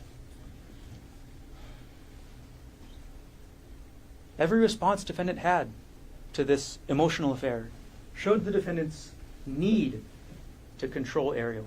He wanted to control where she lived. He wanted to separate this woman from her 18-month-old child. That was his response. His response to finding out was, you should move out. He wanted to control her job. He wanted her to quit. He wanted her to be dependent on him. Because once Ariel quit her job, it's much harder to divorce. She has no more income. She can't go find another remote worker, nuclear engineer job. The defendant knew how much a divorce would cost. He was looking at his own documents, his own records from his prior divorce. He was looking at his own records that showed how much he paid in his prior divorce, because that's what he was thinking about. He was doing that math. He was doing that math on what it would cost to divorce Ariel, what he would give up. And he just couldn't stop thinking about it. He couldn't stop thinking about this emotional affair that he's built up in his head. And because he couldn't stop thinking about it, he made a plan. He made his plan to kill Ariel. The beating. Plan C, the third substantial step, the one that's the most visible, the one where she got these injuries. The defendant took the rock. He picked it up. He swung at Ariel again and again and again and again and again. That many swings shows that the intent was not just to hurt. It was not just to defend. The intent was to end her life. That's what the number of swings tells you in this case. And Ariel's only relief, the only thing that stopped him, was the defendant being caught in the act. It was the intervention of Amanda Morris and Sarah Bucksbaum. That's it. So we end with the confession. 10:42 a.m., just a couple minutes after this happened, the defendant calls Emil. It's a video call, not a phone call. So Emil could see what the defendant was saying. He could see the defendant's face. He could see the defendant's mouth moving. There's no gray area with this confession. As Emil testified, he has no doubt about what the defendant told him. There's no phantom gust of wind that came up. There's nothing like that. The defendant confessed to Emil. He told Emil that he tried to kill Ariel. He told Emil why. He told Emil that Ariel got away. He told Emil that Ariel was having an affair. That doesn't sound like a goodbye suicide message, does it? He told Emil that he was at the end of this rope. And think back to the last thing that the defendant told Ariel before he tried to kill her. He told Ariel, I'm sick of this shit. That's corroborated that he's at the end of his rope. Same idea. What didn't he tell What didn't the defendant tell Emil? Nothing about self-defense. Nothing about Ariel attacking him. Nothing about what he testified to you. Is that reasonable? Does that make sense? No. 10:42 a.m., the defendant FaceTime video calls Emil. He confesses. And Emil's next step, after being put in that situation, after being put in a situation as a 19-year-old that he had no want to be part of, Emil does what he does. He goes and tells his grandparents. He goes and tells them what the defendant said. And Judith Mast, ends up texting the defendant. 11:33. She texts the defendant, is Ari okay? She asks the defendant about her daughter, and the defendant says nothing. He doesn't respond. But what he does do shows his intent. What he does do, he calls Emil again, and he asks him, "Did you tell anybody?" That shows the guilty conscience of the defendant. That shows that the defendant was not acting in self-defense. That shows the defendant was thinking about what his actions would do to himself. He was thinking about himself. He wasn't thinking about Ariel. He wasn't thinking about her condition. It was only himself.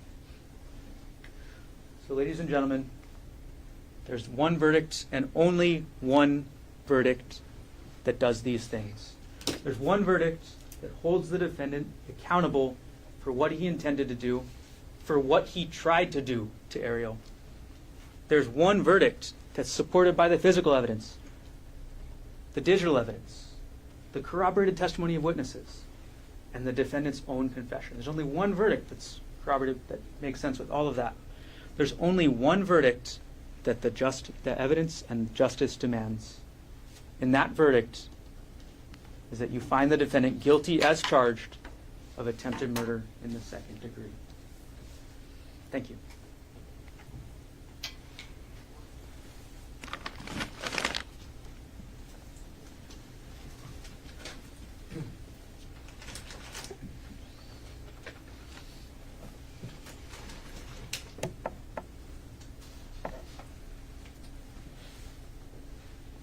Thank you, Mr. Gardner.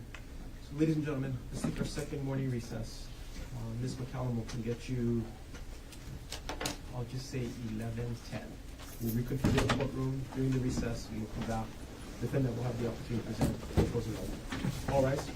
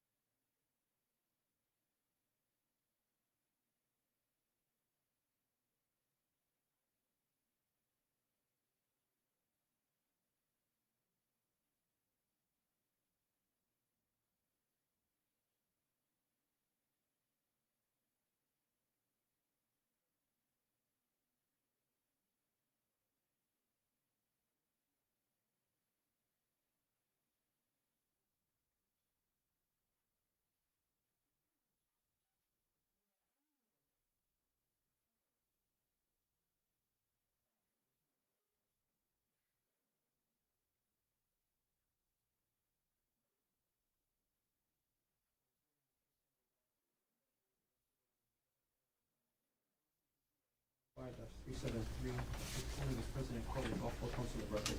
Jury is absent from the courtroom. Counsel, you want to see it. Mr. Garner, you wanted to take up objections to defendant's proposed closing slides. Yes, Your Honor. The first is on slide number 14, on page 5 of the printout that defense counsel's handed both of us. It's a slide that says examples of deceptive behavior. I do believe this is impermissible argument that is essentially stating that Ariel has been deceptive in the past. It's an argument that is trying to make a 404 argument that says that she is deceptive now. That is the one reason under HRE 404 that you cannot use prior bad act evidence for. It is explicitly stated that you are not allowed to use prior bad act evidence to show conformity therewith, and that's exactly what this slide is attempting to do. So we'd strenuously object to introducing this, using this slide, using this argument that is against the rules of evidence. It's asking the jury to consider something evidence for an inadmissible purpose. So I do believe that's not appropriate. And that's the first objection. We'll take them in seriatim. Mr. Otake. Your Honor, obviously her credibility is at issue, and there's been multiple examples in this case that has come up in the evidence about deceptive behavior, and it is critical, obviously, that we be able to point that out. So I've never heard of, we can't point out in closing how a complainant has been deceptive or dishonest. I mean, he just spent half an hour saying how Gerhardt was dishonest. So obviously that's fair game in any closing argument. Anything else you want to add? The issue is not commenting on the evidence. It's inviting the jury to not follow the law. That's the issue here. They are allowed to comment on the evidence that was introduced at trial, and I understand that. But what this is asking is not that. It's asking the jury to consider this evidence as, again, under the only improper purpose under 404B, conformity. Understood. State's objection is overruled. The defendant will be allowed to argue the complainant witness's credibility. It might be inadmissible under 404, with no exception under 404B. But there is the avenue of admissibility to have found credibility with specific instances of conduct in those 608. So the state's objection is overruled. The other objection from the state is somewhat throughout the defendant's proposed closing argument. There appears to be snippets of transcripts. And they appear to have been, some of them highlighted, some of them not. As the court and everybody here is well aware, the jury will not have transcripts available when they go into deliberations. They won't, and these transcripts are purported to be of the testimony during the trial. So they're not transcripts that were identified as exhibits and introduced into the trial. They're transcripts of the testimony of the trial. Everyone's aware the first question the jury always asks after going to deliberations is, can we have a transcript of the witness's testimony? And the answer is always, transcripts are not available. So it's not fair to the jury. It's to put these essentially unmarked exhibits into the PowerPoint. It does give undue weight to what that is, especially consider the jury is instructed to remember the evidence on their own rather than what a court reporter may have written, that it essentially gets around that instruction that the court gave to the jury. It puts undue weight on only these portions that the defense wants to put weight on. So I do believe it's not appropriate for transcripts to be referenced, trial testimony transcripts to be referenced in closing argument. Can we drill down on that a little bit more, Mr. Garner? The real objection is the form with which they're displayed. Because if it wasn't question and answer, and it was just, not even the paraphrasing, if it was just the verbatim testimony without the Q&A descriptions, that would not be objectionable. That's correct. And that's why putting it in, this format with the new Courier font, when it's clearly a transcript written by somebody else, gives it undue weight. It takes away that. Sorry, it's not the font. Only we know it's Courier font. But it's the format of the Q&A. Yes. That's the main reason. Okay. Mr. Otake. Your Honor, I've done this in many trials. It's pretty commonplace. I've done it in civil trials, I've done it in criminal trials. We took the time and money to order the dailies, and it's what was said in court. It's the best evidence of what was said. And I'm just, whether it's in that format or another format, it's the same substance. There's nothing improper about doing this. I've done it many times in many courts.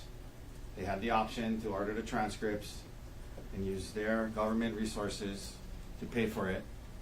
They chose not to.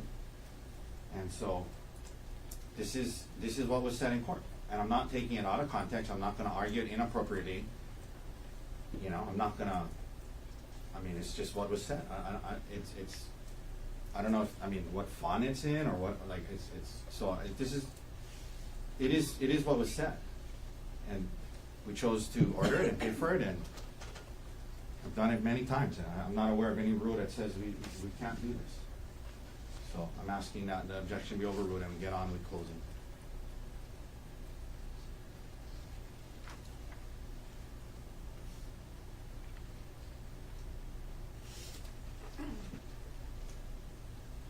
Anything else you want to add, Mr. Ryan? No.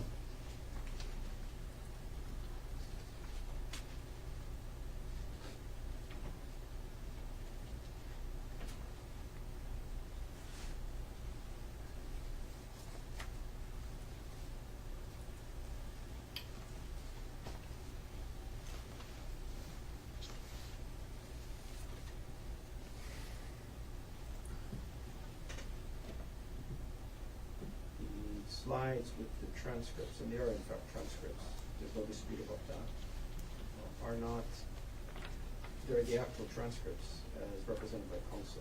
It's not a misrepresentation of what was said. It's not even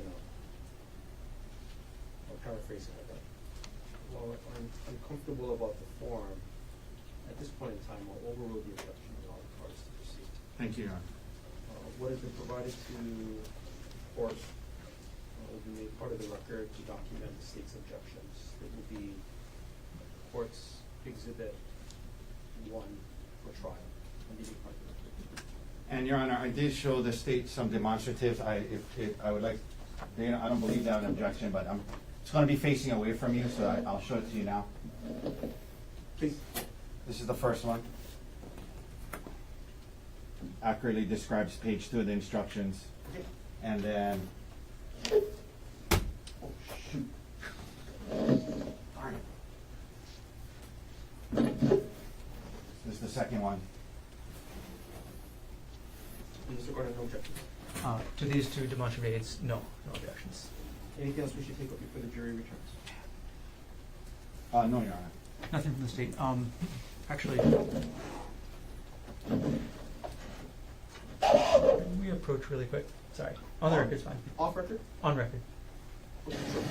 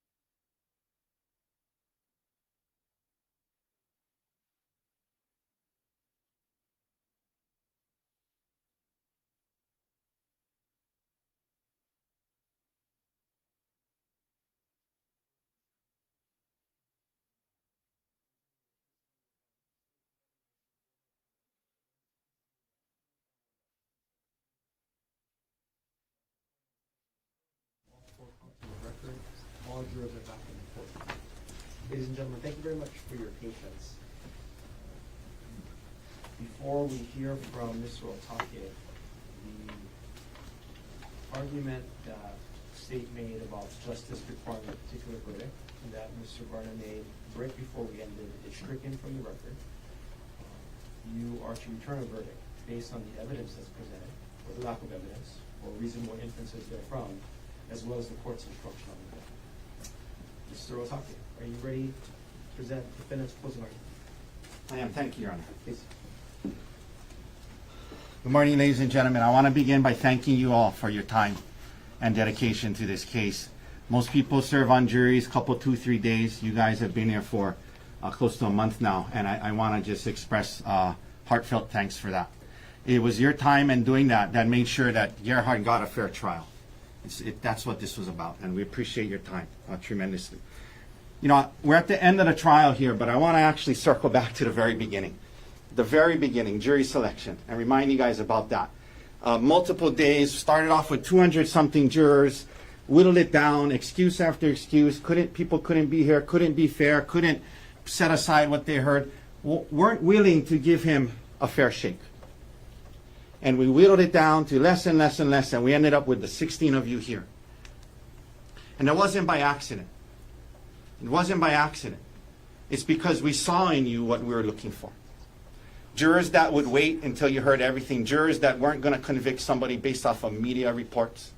Jurors that weren't going to just look at one side of things. Jurors who had logic, reason, and common sense. And most importantly, jurors who had integrity to follow the law on reasonable doubt. Objection, move to strike. None of this is evidence. Sustained. Please So continue. I'd like to move to strike the entire closing argument up to this point. Sustain the objection. Mr. Otake, please continue. We went through that process. You guys promised us you would do certain things. And we knew that you would. Now, I'm going to walk you through the evidence and the law today, and it'll be clear that there's reasonable doubt all over this case. All over this case. Before I do, he wants to, whole unwilling, unfaithful, unwilling, untrue. We talked about that. He wants to say unbelievable. I'll add another unword. Undeterred. They are undeterred by the evidence. It doesn't matter what it shows. They're going to spin it in their favor. They came up with a theory and they went to search for facts to support it. They didn't look at the evidence and say, what's the theory that points that out? They came up with a theory and they tried to find any fact they could to fit it. They were undeterred. Undeterred by the DNA. The DNA shows, and I'm going to go through it, she's holding the rock. She's a trillion level DNA on the unstained side. Undeterred. Oh, must be because when she was blocking. Undeterred. The computer, I have to call Inuma again to say that sometimes the computer accesses these files. Undeterred. Still shows that he's looking at this credit card statement from 2018 to show that he has a financial motive, that it's cheaper to kill her than divorce her. Undeterred. Undeterred by the fact the eyewitness picks the wrong person out of the photo lineup. And still, she stared at him, looked into his cold, dark eyes, saw him very clearly. Picks out the wrong person. Undeterred. Undeterred by the bruise on his face. Oh, maybe it's dirt. Maybe it's dirt.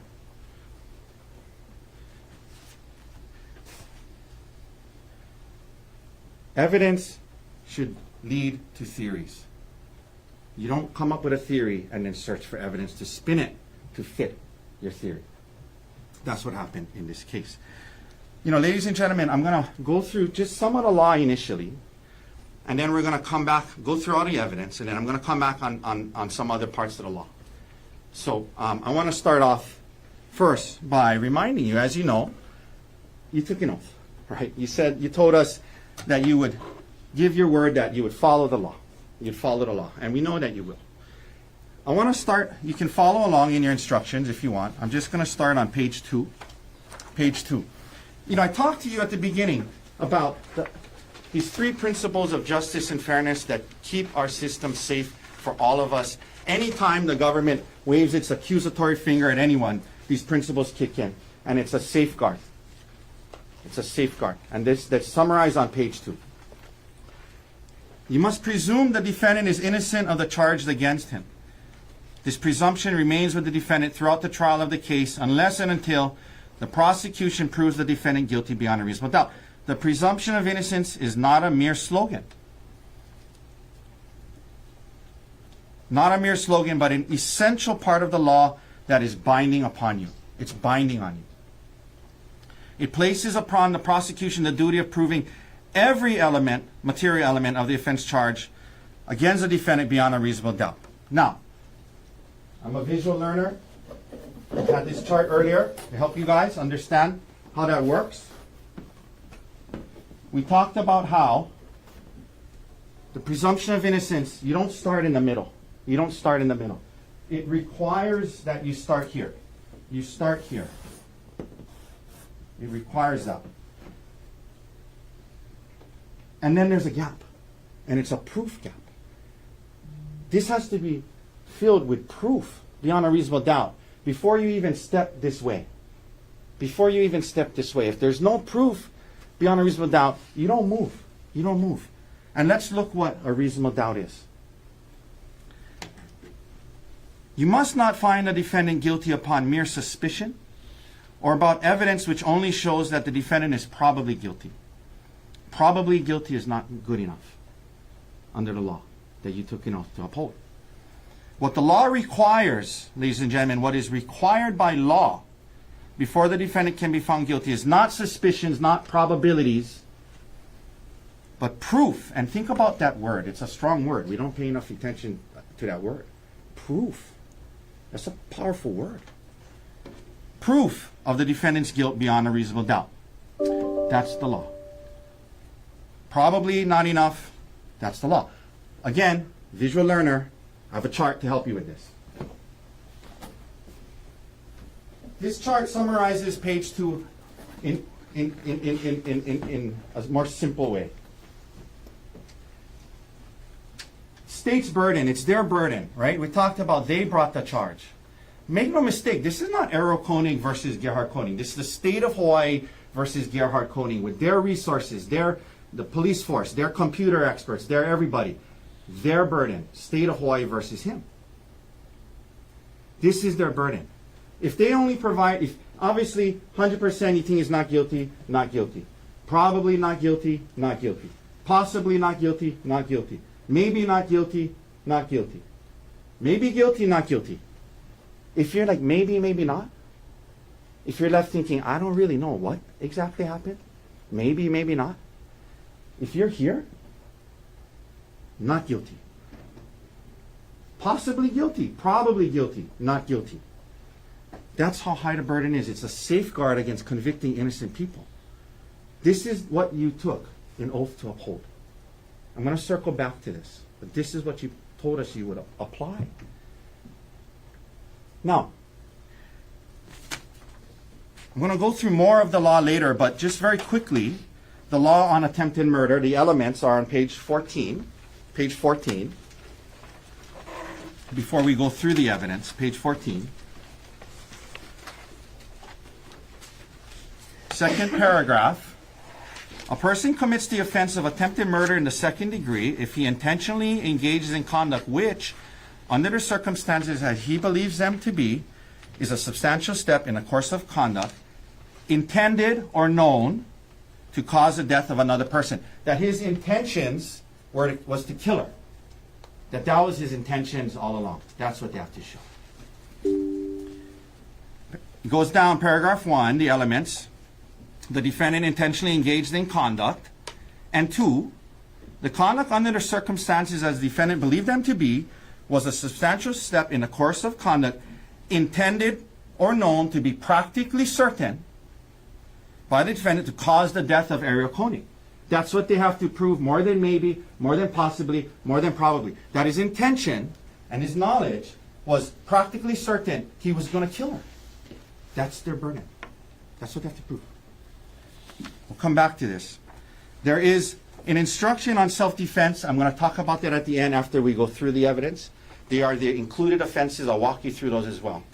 But let's now look at the evidence, and it'll be clear there is just massive amounts of reasonable doubt. So the first thing, one second here.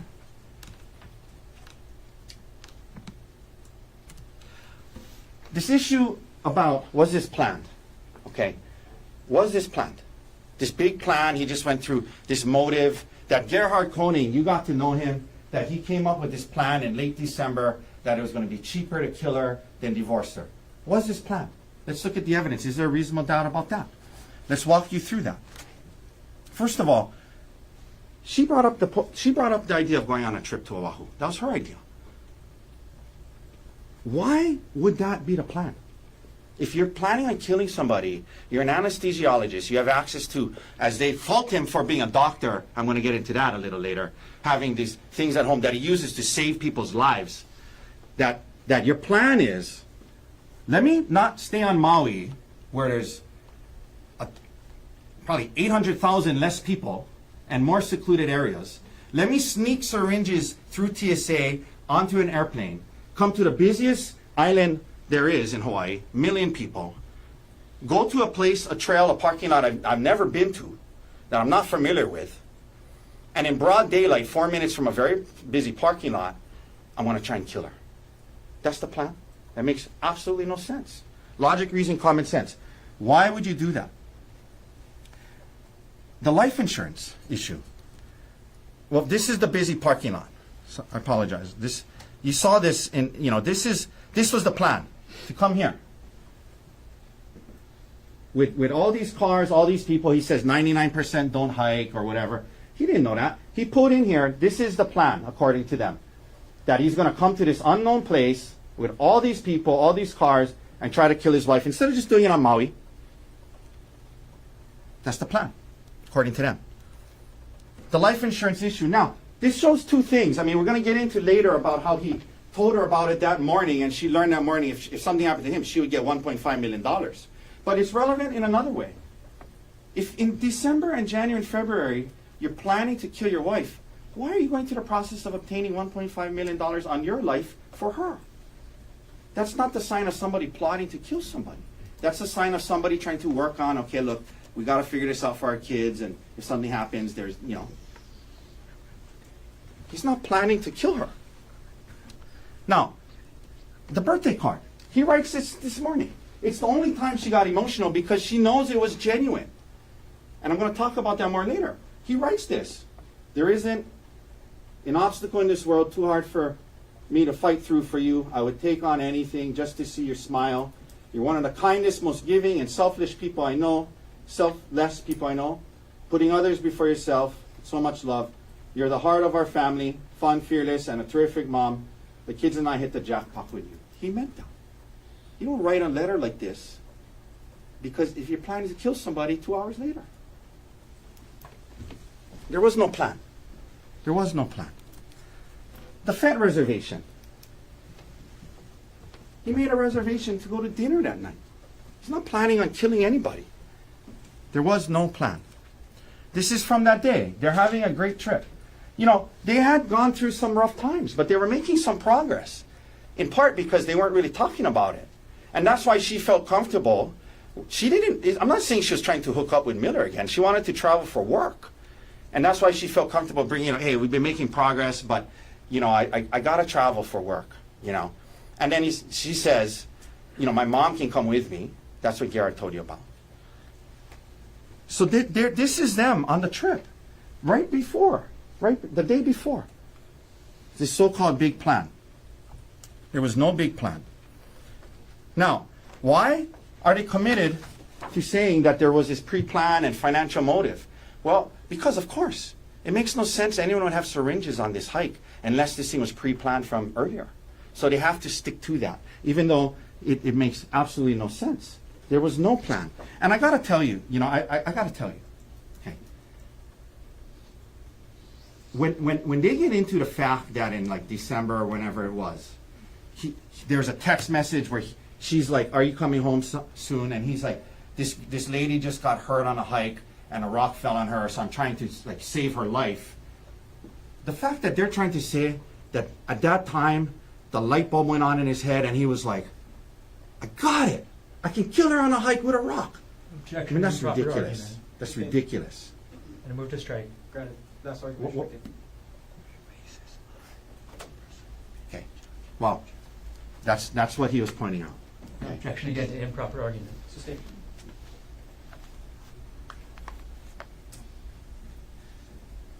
The idea that he came up with this plan because he was trying to save a patient's life who was hurt with a rock on a hike is ludicrous.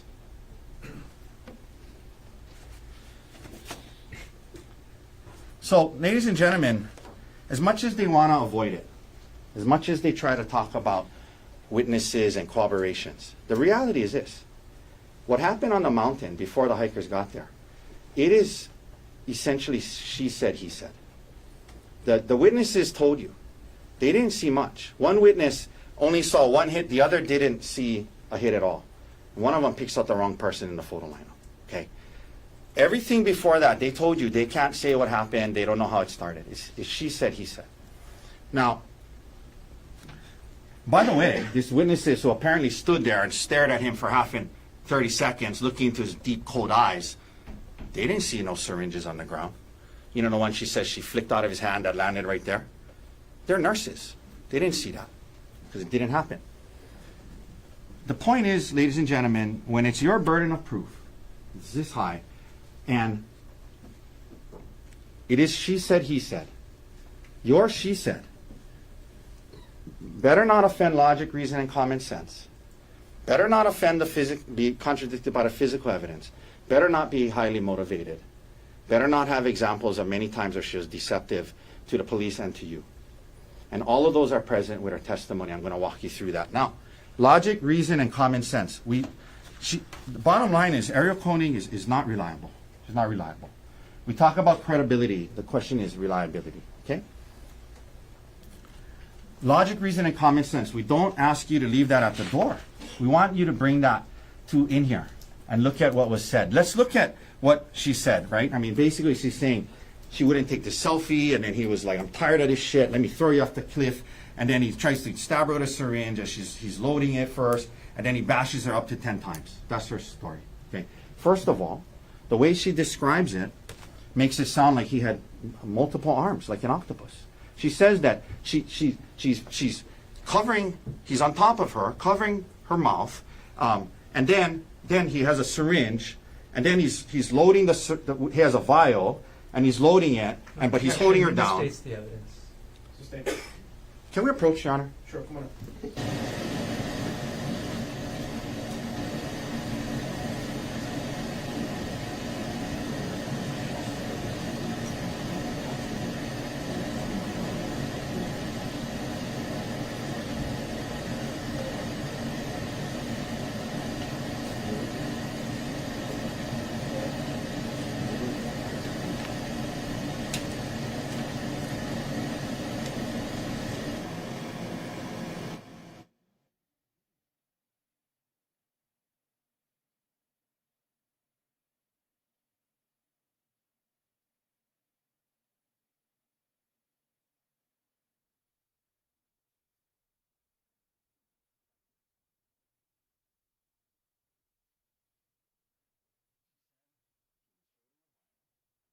The inference is, why would you have a vial unless you're trying to load it? He has a syringe in his hand. The other hand, he's holding her mouth. He's down on top of her, doing all of this while she's supposedly kicking and fighting. He only has 2 arms. And in the middle of it, they're having a full conversation. Your mom's not going to be very happy if you do this. You know, the kids aren't going to be, you know, her story makes no sense. Now, logic, reason, and common sense as we look at her story, and it is a story, okay? If we look at her story, if this was a big plan that someone's going to bring a syringe to incapacitate somebody and stab them to make it easier to throw them off the cliff, don't you think they would load the syringe ahead of time? Don't you think they would load the syringe ahead of time? Their story is that he's that's the plan, and in the middle of it, he's like, oh wait, I gotta take out this vial and get it ready. That makes no sense. Especially given the fact that it's undisputed, he had just gone up the mountain by himself for 10 minutes. If he had it and wanted to use it, he could have loaded it. It makes no sense because it didn't happen. It didn't happen. The other thing, and I'm glad he brought up this thing about plan A, plan B, plan C, because it proves the point I was going to get to. why in the world, if you bring a syringe to incapacitate someone to make it easier to throw them off the cliff, why would the syringe be plan B?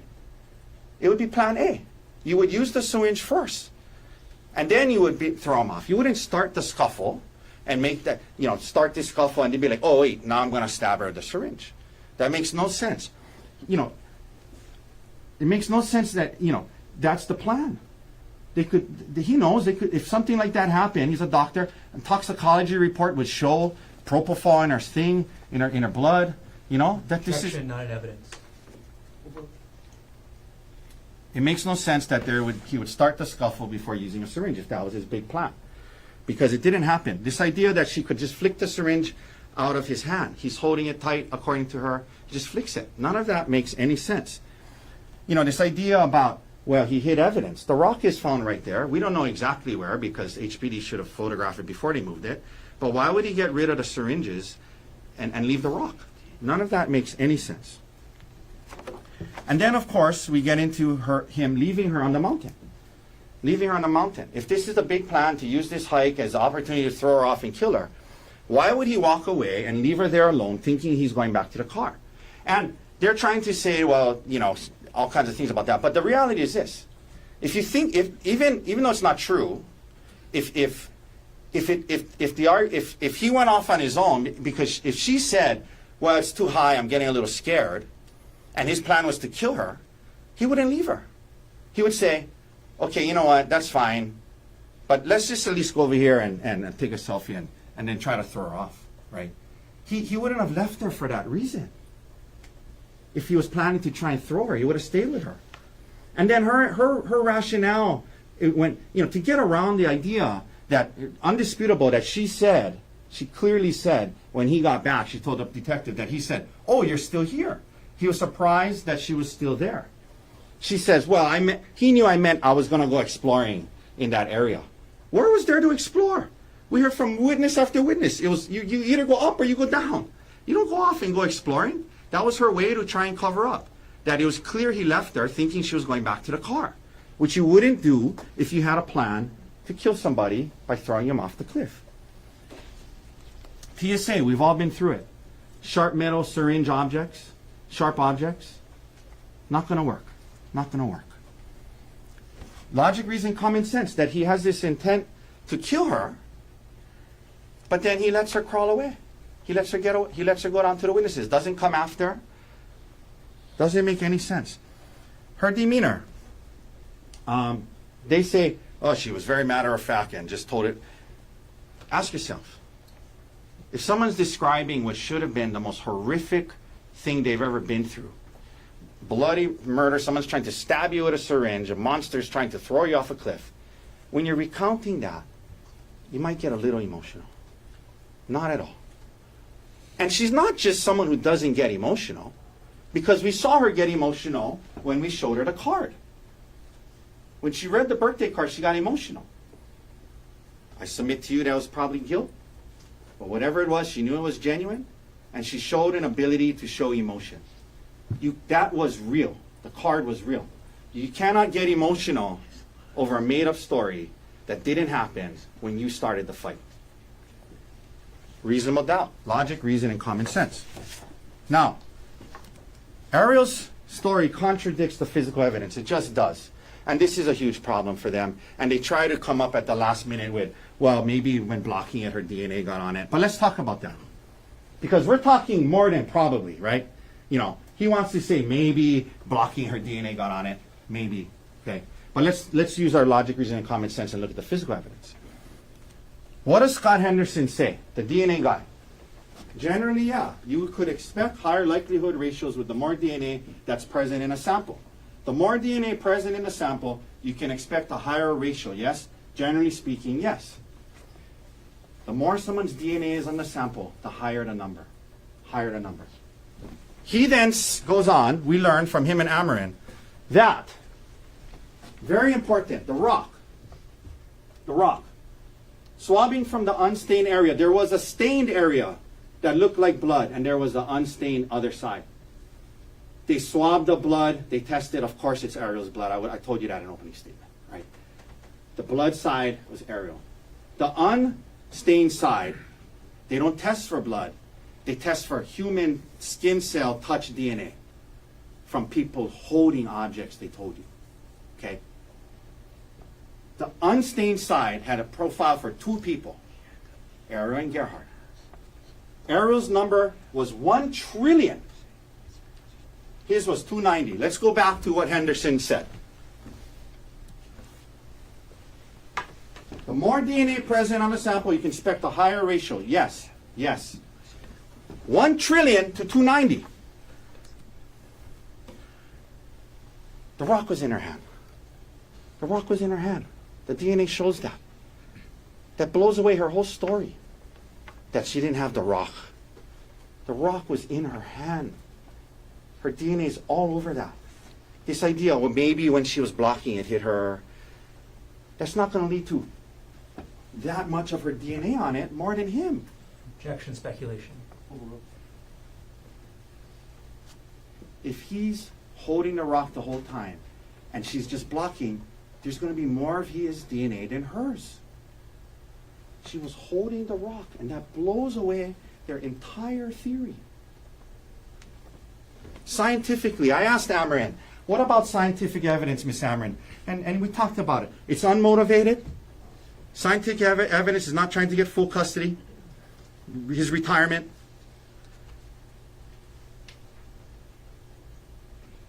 It doesn't lie. It is what it is. And they may say, well, maybe it was there because of this. Again, maybe, maybe not. A huge reasonable doubt. A huge reasonable doubt. She had the rock in her hand. 1 trillion to 290. Now, the other thing about the physical evidence is the injuries. They want to say, we heard about the stellate laceration. I'm going to talk more about it later. But it has one point and it spreads, right? And you heard, she at the end said she doesn't know how many times she was hit. The doctor, Grosjean, said 2, maybe 2, I cannot say how much more. Dr. Arden says 2 to 3, okay? If she was hit 7, 8, 9 times with all his might, it would be way worse. Physical evidence doesn't support her version of events. Also, if she's under attack, she's going to be scratching, doing biting, as she says. He has no scratch marks, defensive wounds. There's no bite mark on him, even though she said she bit him. The physical evidence doesn't support her story. And that's a huge problem when it's this she said, he said, and this is your burden. That's a huge problem. Further problematic is the examples of deceptive behavior that we saw through her. Many examples of deceptive behavior that makes her unreliable. We heard about her deleting the text messages to hide it from her husband, to hide the extent of a relationship. That is inherently deceptive to do that. That's inherently deceptive. Now, the affair. Look, I'm not the morality police, okay? I'm not here saying she's an awful person because she had an affair. That's for you to decide, okay? Objection, The relevance. improper, Sustained. and move to strike. Granted. Last argument on morality is stricken from the record. The relevance of the affair is primarily that she lied about it to the detective. The context is showed in the relationship in January, February, and December, but the relevance is she lied about it to the detective. And that is incredibly important when it is she said, he said, and is proof beyond a reasonable doubt. Let's look at this. This is, he said, well, she describes it to the detective as just some flirty text messages. He says, well, there's nothing in the text messages about sex. Well, she deleted most of them, so we don't really know what's in there. But we do know what we saw. On the trip, the day before he's going to confront her, this is at 11:22 p.m., presumably Hawaii time, or maybe it's California time, whatever, but it's late at night. She's sending this to Jeff Miller. Jeff Miller is sending her this. They have a nickname for Gerhardt, HALU, which is that radiology nuclear whatever. They call I have HALU. They have a code word to let each other know when he's around. She's listening to an audiobook, How to Help My Spouse Heal from My Affair. That's what she's listening to. He says to her, you're engaged and continue an elaborate secret affair instead of coming to me asking to work on our relationship. And her response is, if anything, I learned how stupid it was this time and I know how to make sure it doesn't happen again. That's her response. Okay? Now, to the detective, no affair, just some flirty text messages. To you guys, no affair, just some flirty text messages. You saw 12/1, December 1st, all day long on a Sunday. Good morning, all day long, all day long, all day long, good night. And that's how she says it to the detective. She was misrepresenting, deceptive, and lying to the detective. Further examples of deceptive behavior is what she does with her primary care doctor and the records. After the fact, she tells her primary care doctor in an email to add, can you add traumatic brain injury? I want to make sure the documentation is consistent between my care at Queens back here in Maui. And that's the important part. Why is that important? Because, number one, she says she doesn't recall reviewing the Queens records. The Queens records doesn't mention traumatic brain injury. Arden told you that, the two don't you think if traumatic brain injury was in her Queens records, they would have asked Grosjean or Carlton Whitney that? It wasn't in there. So this shows she is not just asking the primary care doctor to do this, she's deceiving the primary care doctor into believing that the Queen's record said traumatic brain injury, so the PCP will be like, oh, okay, I'll add it. It's deceptive behavior. It's incredibly misleading. Now, she says she's surprised about the work bag. She's surprised about the work bag. Oh, I didn't know. She knew he had it there. She knew there was syringes and vials in there. She calls her attorney. And then they turn it in and say, oh, surprise, look what I found. She knew it was there. She knew it was there. She lied about that. She lied about her affair. She lied to her primary care doctor. There is I really like quotes. So there's an author, famous author, by the name of Samuel Clemens. Most of us know him better as Mark Twain. Mark Twain was giving a speech once to some young people about the dangers of being untruthful. And what he said was, you ought to be very careful about lying. Because once caught, you can never again be, in the eyes of the good and the pure, what you were before. Objection to improper argument. You guys come in here, you give people the benefit of the doubt. They come in here, you say, I'll hear them out. And then they lie about different things. They deceive. In the eyes of the good and pure of all of you, you can't look at her the same again. It's dangerous. It's dangerous. If she's going to manipulate her PCP doctor, if she's going to be deceptive to the detective, do you think for a second she would hesitate to be that way with you?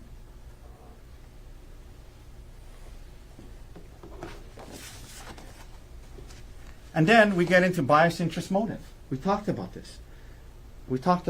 How she knew a divorce was coming. She wanted full custody, how they're using these allegations against him to get full custody, to make it where he can't ever see his kids again, to get half his retirement, to get all of the house, things that she might not get. She knows that. She said to you that their statement is, we want full custody, but if depending on the outcome of the case, that can be revisited later. She knows the ramifications. Now, let's compare that to Dr. Gerhardt Konig. You got to see him. Trust your gut. Trust what you know about people. Is he somebody that is a monster that came up with this plan to stab his wife and throw her off a cliff? Is that the sense you got from him? Or was he a hurt human being struggling with infidelity but trying his best? They talked about his parents, how they moved from South Africa when he was young. He worked really hard to become a doctor. he talks about, oh, she was trying to control everything about her. All of this awful controlling guy. What does she say? Prior to December, you generally describe your marriage as good, right? Yes, sir. This is what Ariel said. You don't describe your marriage as good if somebody is a controlling, coercive, violent person. There's a lot embedded in this. You don't describe it as a good marriage if unless they're a good dad. Look, domestic violence is horrible. There's some awful men out there that use their power, control, financial means to control women in improper ways. This is not him. That's not him. She wouldn't say it was a good marriage if he was like that. His version of events, they fault him for wanting to see her phone and things like that. The audiobook said that's what it takes. This is Ariel. I asked you earlier, you understood the audiobooks you're listening to by these professionals says to give up privacy, give up access, get them to trust again. She says yes. They're faulting him for the professional advice, what is said. He's not trying to deprive her of her career. He's trying to stop her from seeing the guy that she had an affair with. He was fine with her getting another job. That's a very human thing. Why would you be okay with her going back to work with the guy that she had an affair with?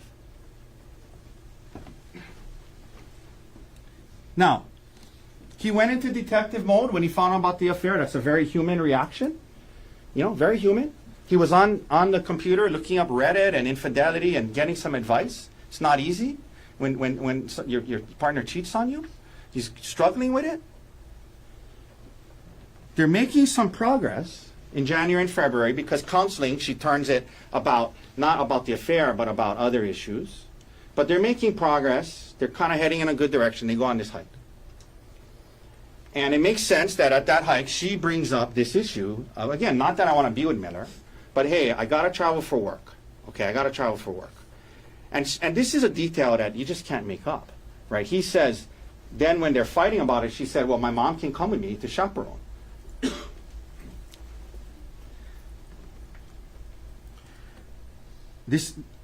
He leaves her because they got into a fight, not because she's afraid of heights. She goes on all kinds of bungee jumping hikes all the time. He comes back and he's like, oh, you're still there. He described to you what happened. He's not saying, oh, he grabbed me and pulled me down. The scuffle started on this mountain trail and they ended up on the ground. Whether they tripped or fell, whatever, he ended up on her. And then he told you how she's grabbing his testicles. And she admits to it. And then I also squeezed his testicles. That's her testimony. It was all happening so fast. We spent a lot of time going through it all. That's not real life. In real life, you don't get hours to be like, okay, and then you did what? Well, why didn't you do this? Well, did you consider that? Did you consider doing this with the rock instead? It was happening in seconds, and he reacted. And he had a reflex. And that's human. That's human. That's human. He reacted. And then he felt horrible about it. And he told you about that. He never wanted to hurt her. Never. He felt terrible about it. He was shocked that he could even do that to her in that moment. He felt horrible. The physical evidence supports his story. The DNA, and I'm going to get into the medical evidence a little more in a second. You have this, which apparently might have been dirt. Undeterred, might have been dirt. You have a cut, you have bruising. Right where he said he was hit. Reasonable doubt. Now, the FaceTime with Emil that they call a confession. There's no assurances of reliability. He explained to you what happened in that call. We need to consider it in the context in which it took place and ask ourselves, is this a reliable thing that happened that we can rely on? Two highly emotional participants in the phone call. One is suicidal. One is thinking his life is over. He's very emotional, calling his son to say goodbye. The other, obviously, not blaming Emil at all, incredibly emotional. His grandma said she was shaking, crying. Two very, very emotional people. Then you look at the environmental factors. He's on the side of a cliff.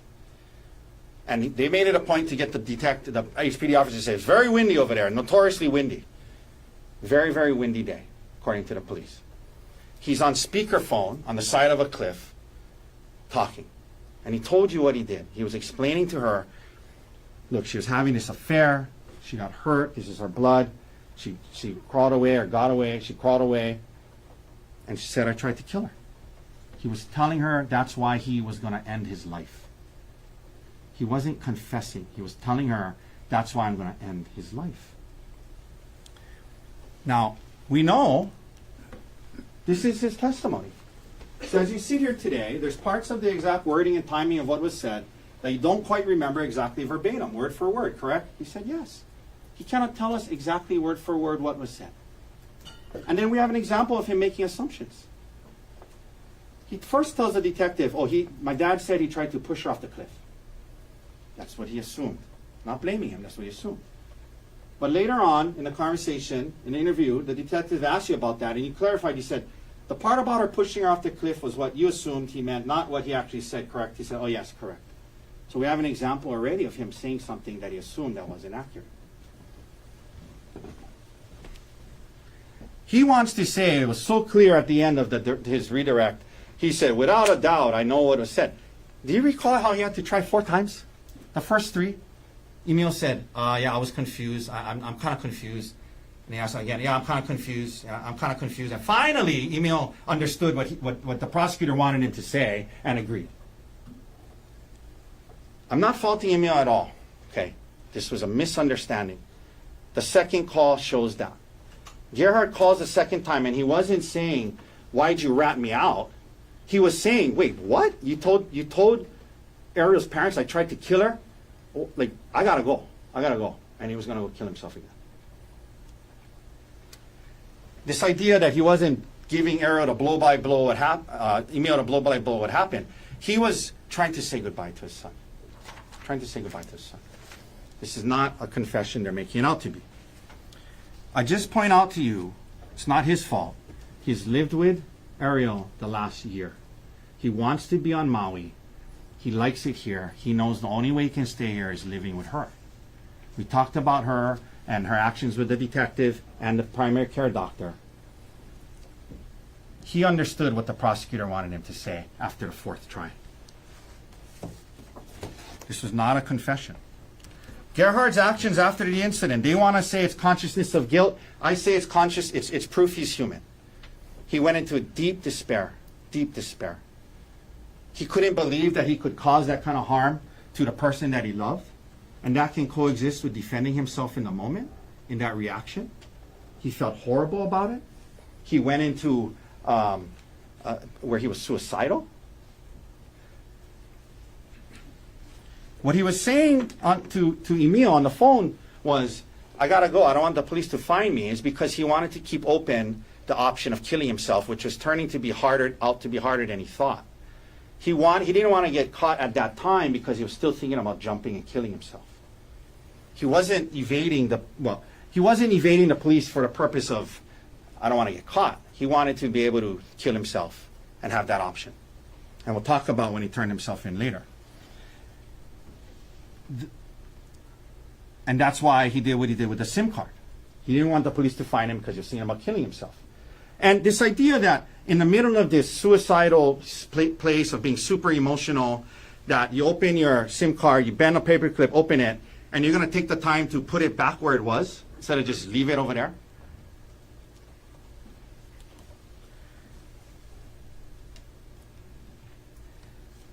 It shows he's human, that he felt terrible about this. He told you how bad he felt. And that can coexist with self-defense. Now, this idea that he was fleeing from the cops, first of all, the officer didn't say we pulled up right next to him. Very clearly they said we pulled up, there was a lane in between us, and he was on the grassy area. This grassy area right here.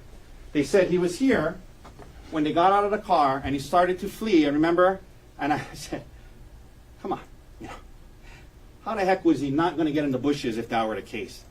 And then, shockingly, the prosecutor asks him, well, you played D1 football, right, officer? I mean, the fastest man in the world, Usain Bolt, Olympic sprinter from Jamaica, could not get to him from the car if he's trying to get into the bushes. Look, I get it. Officer safety. Look, I'm not faulting them. They came in hot. They're the strategic enforcement detail. Apparently, you got to be 300 pounds to be in it. I get it. They think he has a syringe. Okay? They come in hot. They couple strikes. Don't hit him in the face, and arrest him. I'm not faulting them for that. I don't know about this. You know, saying he was trying to flee. Okay, that's not cool. Okay, but I get it. Officer safety.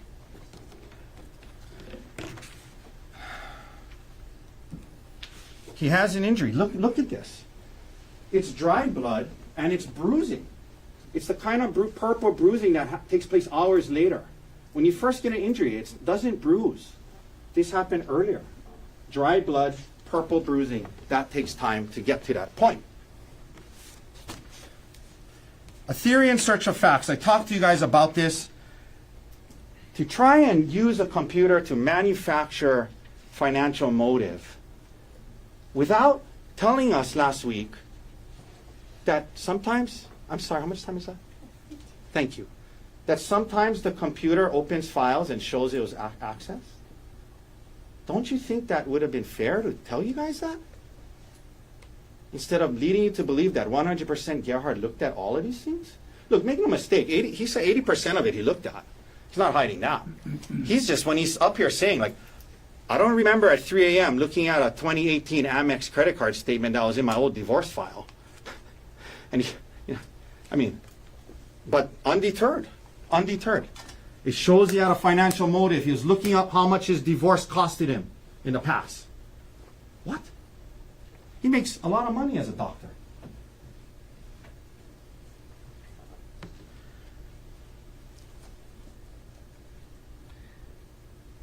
The search terms: kill, push, shove, syringe. They're looking for the smoking gun. They have had it with his computer. Looking for the smoking gun. What do they find? No smoking gun. Just some search about hikes that you would search if you were truly just going on a hike. Again, maybe, maybe not. They were looking for the smoking gun. They don't find it, so what do?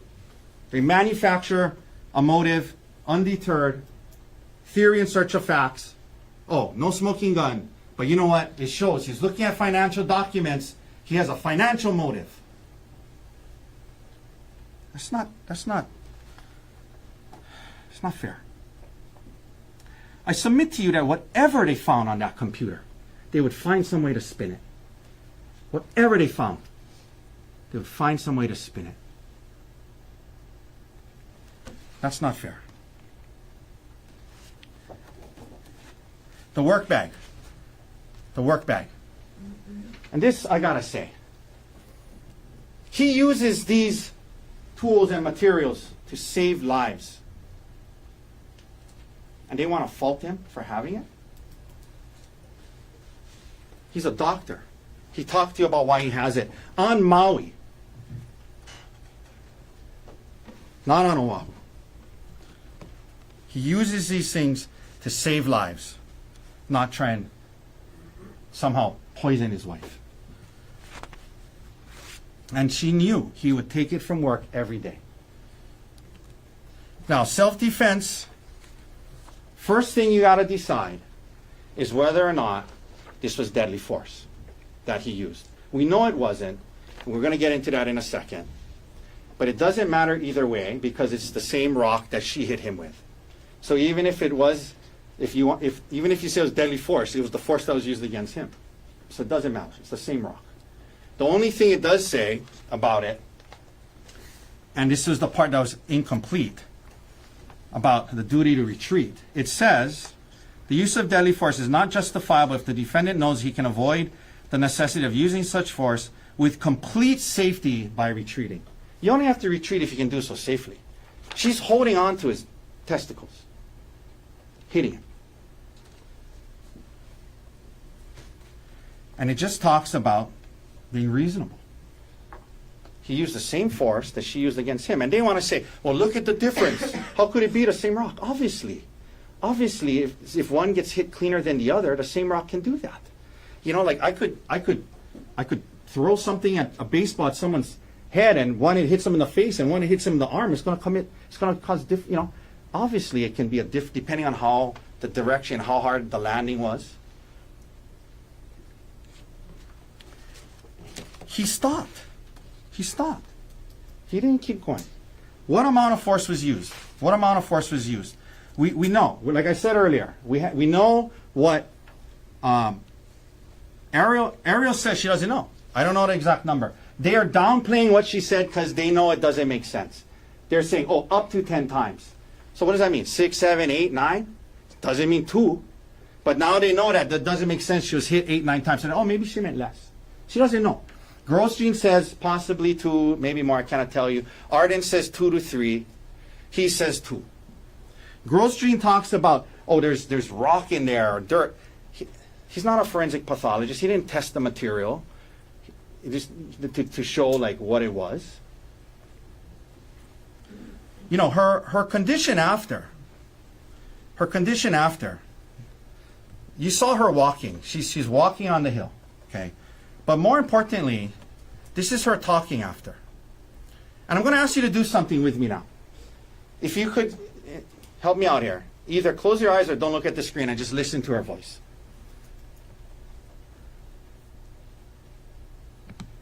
Where does he work? He works for TMG at Maui Memorial Medical Center. TMG is called it. At Maui Memorial. Memorial, yeah. So TMG is a group of anesthesiologists. Did you guys drive here today? Yeah. Which is your car? It's a Nissan Rogue. Do you remember the license plate? If not, that's okay. It's not our car, we live on Maui. What color is it? The Nissan. It's like black or it's gray. It's gray. Doesn't it just wet my mouth? Like a wet paper towel turning my mouth filled with works. I don't have any more on me right so. Sorry, I know. No, you're an angel. Just trying to stop the bleeding until they get here. I know, I really 24. What was Gerhardt wearing today? Wearing like a light gray shirt and Okay. Does she sound like she has a traumatic brain injury to you? She sounds okay.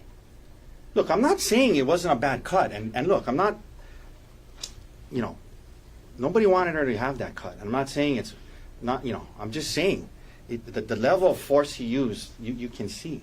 It was, he talks about chunks missing from his scalp. No doctor said that. It was soft tissue. You heard from Dr. Arnett, a very credible man, that apparently for 14 grand is going to sacrifice his integrity. Obviously, he's not going to do that. He told you the blood is not a good indication of the severity. The blood is not a good indication of severity. No skull fractures, no soft tissue. The tip of her thumb, he said, it was just the very tip. And sure, after the first hit, he puts her thumb, it hits it. Just the tip is fractured. We heard about that. All 3 doctors agree. No substantial risk of death and no serious bodily under the law. All 3 said that. We talked about the stellate laceration. The Glasgow coma score was 15 out of 15.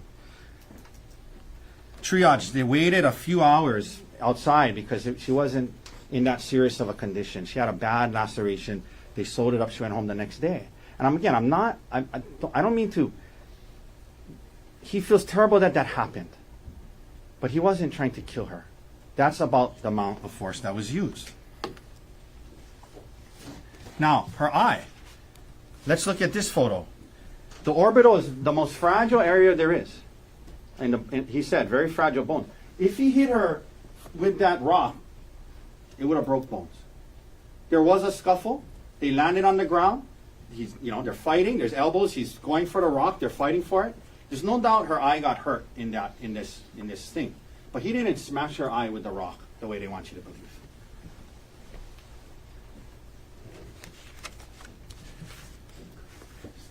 And then you have his injuries. We talked about that.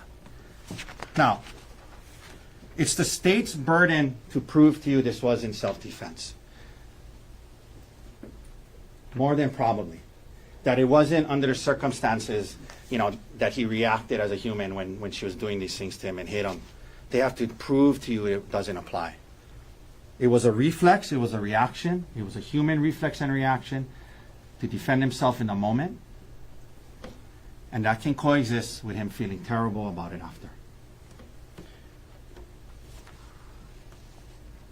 This happened extremely fast, and then he stopped. Now, we talked about the elements of attempted murder.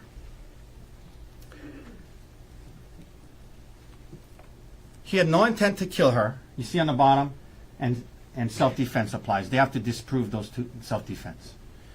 Then there's something that takes you down to the others, right? The other offenses. If and only if you find the defendant not guilty of attempted murder, then or unable to reach a verdict, unanimous verdict, then you must consider these other included offenses. None of them apply. Self-defense is a defense to all of them. If you think that they didn't disprove self-defense, it goes all the way down. But you work your way down through these things. I'm just going to go through it quickly because I don't have a lot of time. The next one is attempted assault in the first degree.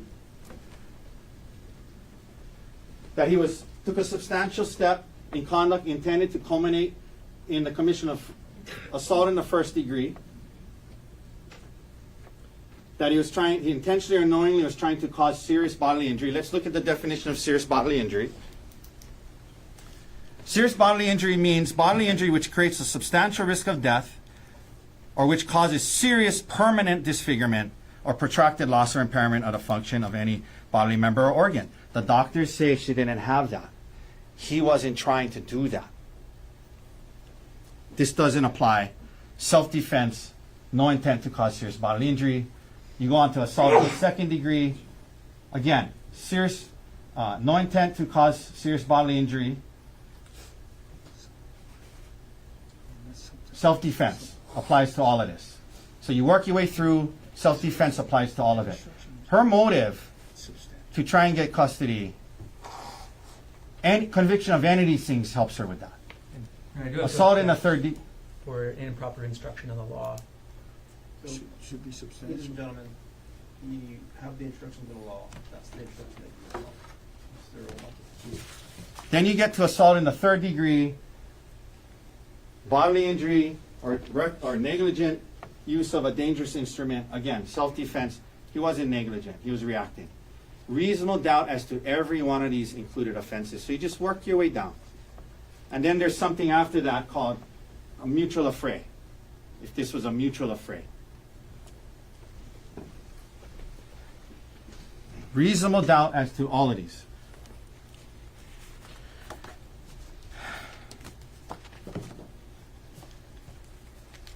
Now, I'm almost at the end here. I have couple more minutes. I want to end by saying a few things.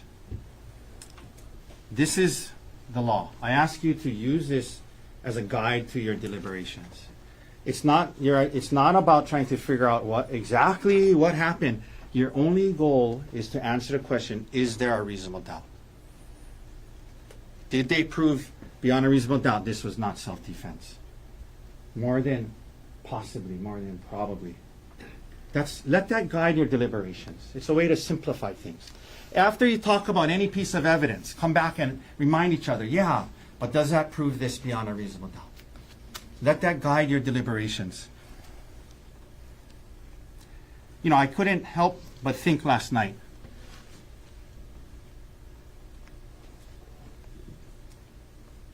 When they moved here to the United States, there's these constitutional rights that we all have. They didn't know it at the time, but it was for a moment just like this. When a jury of his peers would come together and follow the law and follow through on the oath that you took. I want to end with a quote. There was a politician back in the day who was giving a speech, and it was to other politicians, but I think it applies pretty well to jury service. says, "For those to whom much is given, much is required." And when at some future date the High Court of History sits in judgment on each of us, recording whether in our brief span of service we fulfilled our responsibilities to the state, our success or failure will be judged by the answer to 4 questions. First, were we truly men and women of courage? Second, were we truly men and women of judgment? Third, were we truly men and women of integrity? And finally, were we truly men and women of dedication? I ask you to keep those 4 things in mind as you deliberate. Courage to follow the law and do what's right, even if it may not be popular. Judgment to see through some of this ideas that he had a financial motive, that it was cheaper to kill her. Common sense judgment. Dedication to these principles and our Constitution. Dedication to it. Uncompromised dedication to the presumption of innocence and reasonable doubt.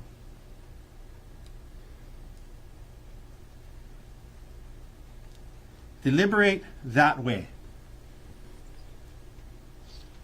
Uphold your oath. Follow the law. Let this guide you. Enforce the reasonable doubt standard. Follow the law. Do these things. And integrity will be yours. Thank you for your time over the last month. On behalf of Dr. Konig and Manta Dirks, thank you all for your time.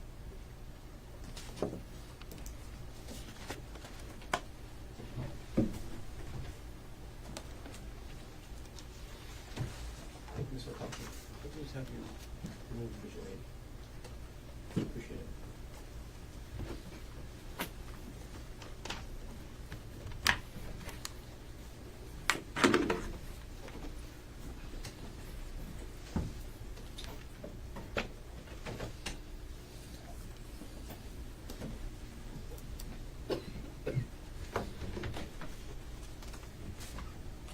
Stacy, what?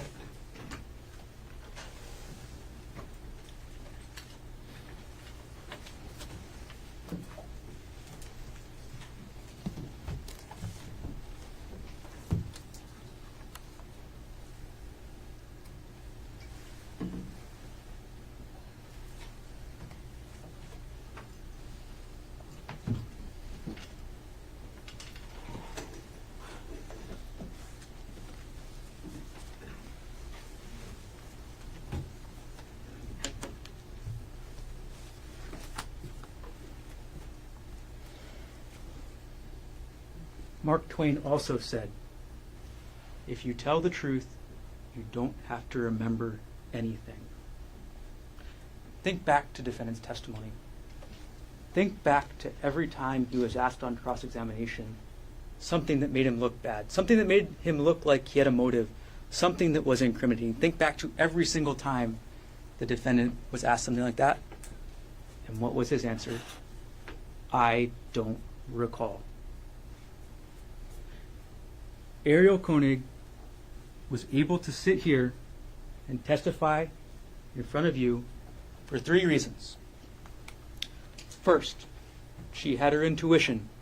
She saw the defendant looking at her feet on that trail. She saw the defendant tracking her every move. She saw the defendant making sure he saw where she was.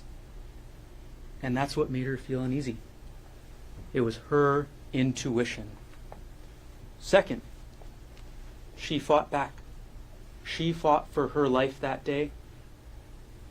And defense wanted to characterize it as a full conversation, but it was Ariel begging for her life from the defendant. It was Ariel saying, "Think about the kids." It was Ariel saying, "Nobody's going to believe this was an accident." This is Ariel trying to reason with somebody who is trying to kill. And the third reason, and the most important reason that Ariel was here to testify to you,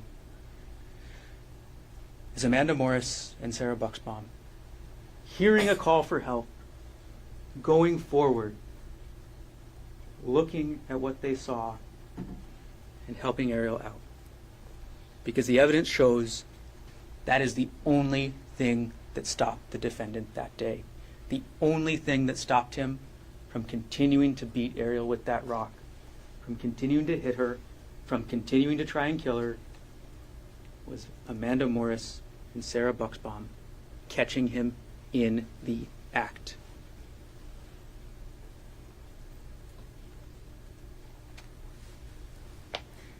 Defense wants you to think about the life insurance. But you should think about it differently. This is a couple who's going through it in their marriage.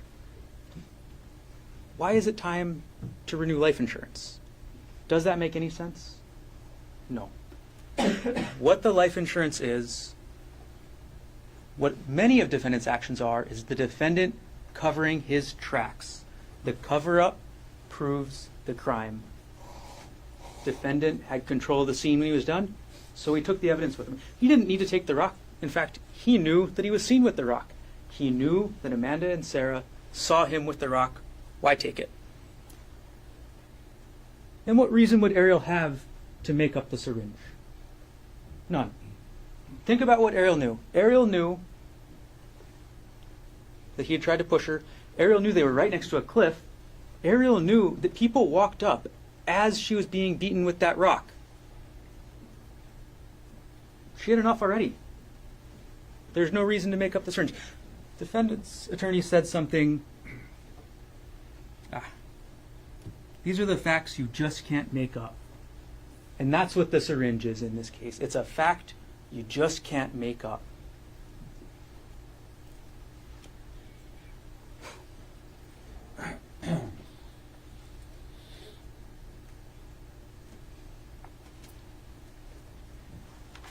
Let's talk about the confession. Emil told you he has no doubt about what the defendant told him.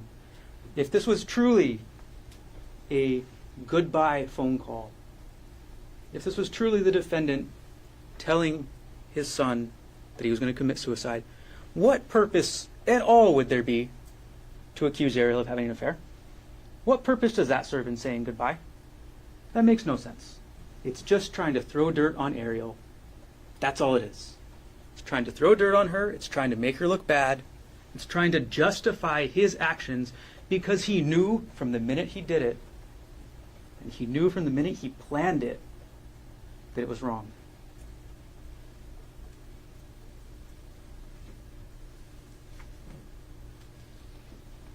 And then look at that timeline again. Why? It makes no sense. The defendant was simply trying to say goodbye. It was simply a miscommunication between himself and Emil. If it was a miscommunication, why wasn't it cleared up? Why wouldn't he just tell Emil in that second phone call? Why would in neither of the FaceTime calls the defendant say anything about self-defense? Why wouldn't the defendant say anything about Ariel supposedly attacking him? Because in that moment, he was confessing. In that moment, he had a guilty conscience. And that's why he did what he did. That's why he hid. That's why he tried to run from the police. Think about the list of people that would have to participate in this, what essentially is being alleged as a massive conspiracy to believe what defendant's saying. You have to disbelieve Ariel. You have to disbelieve Emil. You have to disbelieve Amanda. You have to disbelieve Sarah. You have to disbelieve the medical evidence. You have to disbelieve the doctor that the defense hired. And you have to disbelieve what you saw with your own eyes. That's why the defense asked you to close your eyes when they played that video. They wanted you to ignore what you see. That's what this case is about. That's what they're asking you to do. Open your eyes. Make a decision based only on the evidence, and the decision is clear. The defendant tried to kill her. The defendant tried 3 different ways, and he learned out multiple times that day. It is harder to kill than you may imagine.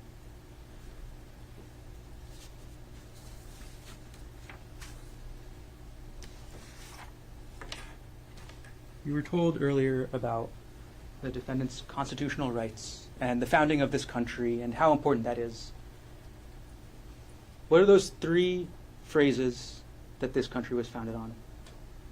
You've probably heard them before. Life, liberty, the pursuit of happiness. And in this case, the defendant, beyond a reasonable doubt, made a conscious choice to try and take Ariel's life. He made a conscious choice to kill her. And that is why the only verdict that is supported by the evidence is that the defendant is guilty as charged. Thank you.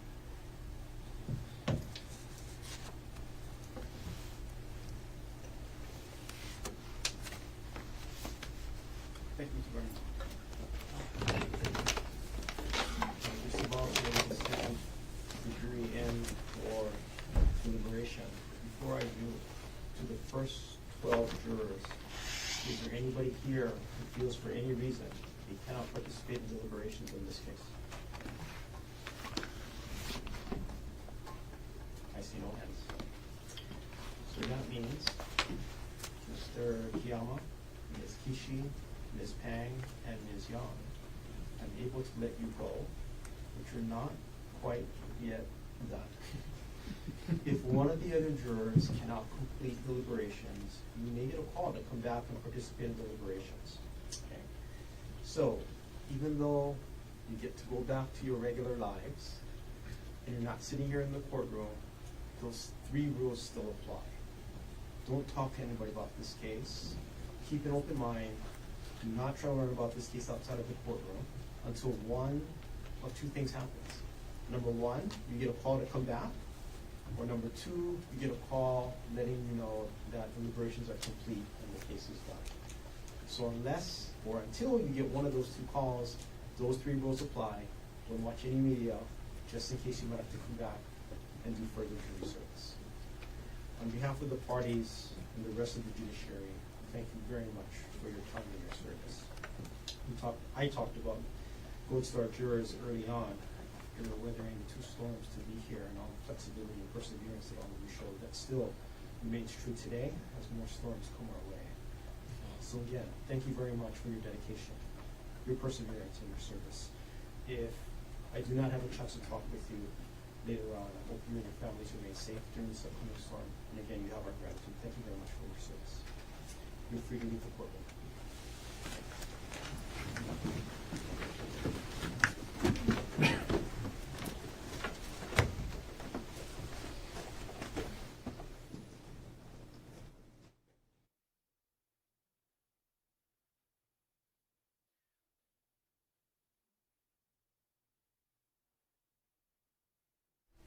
Thank you. Everybody can be seated. So ladies and gentlemen of the jury, as you already know, lunch is going to be brought in for you while you're in the jury deliberation. I do have a couple of final instructions before I send you in. Your deliberations take place during what I call banker's hours. So you're allowed to deliberate up until 3:45 today. If you're unable to reach a verdict, I'll ask you to come back, start again at 9 o'clock. And the reason why if you ask why is it so early, because if there is a verdict, there is time needed to assemble everybody to receive the verdict, and it won't happen before the end of the day. So that's why I release jurors at 3:45. Have you come back at 9 o'clock if you don't reach a verdict today. You will have communication forms along with the verdict forms that will go into the jury deliberation room along with the exhibits. One note about the communication forms. If you do send the communication to the court asking a question, it does take some time before an answer can come back to you.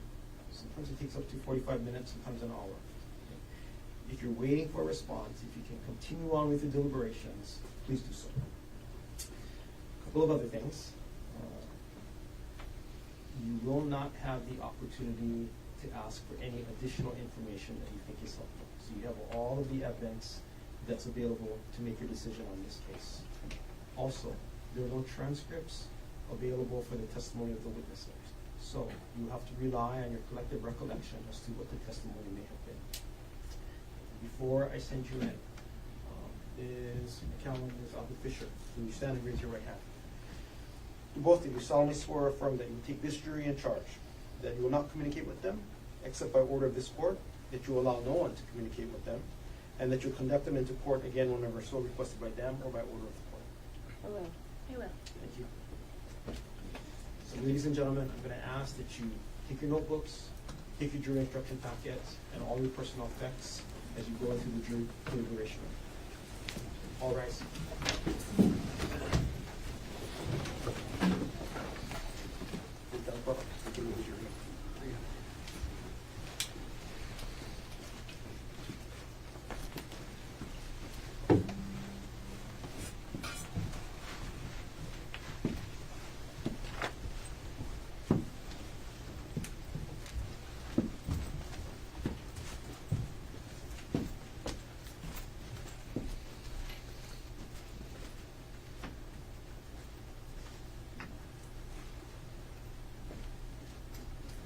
Everyone can be seated.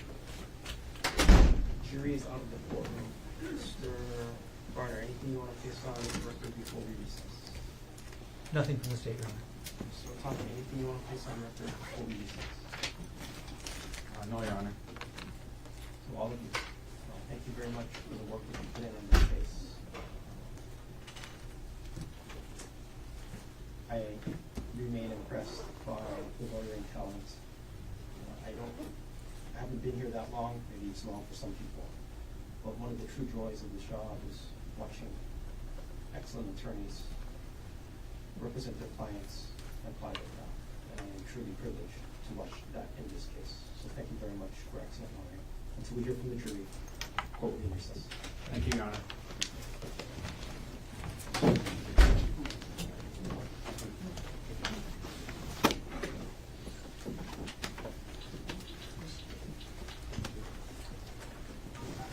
You are muted.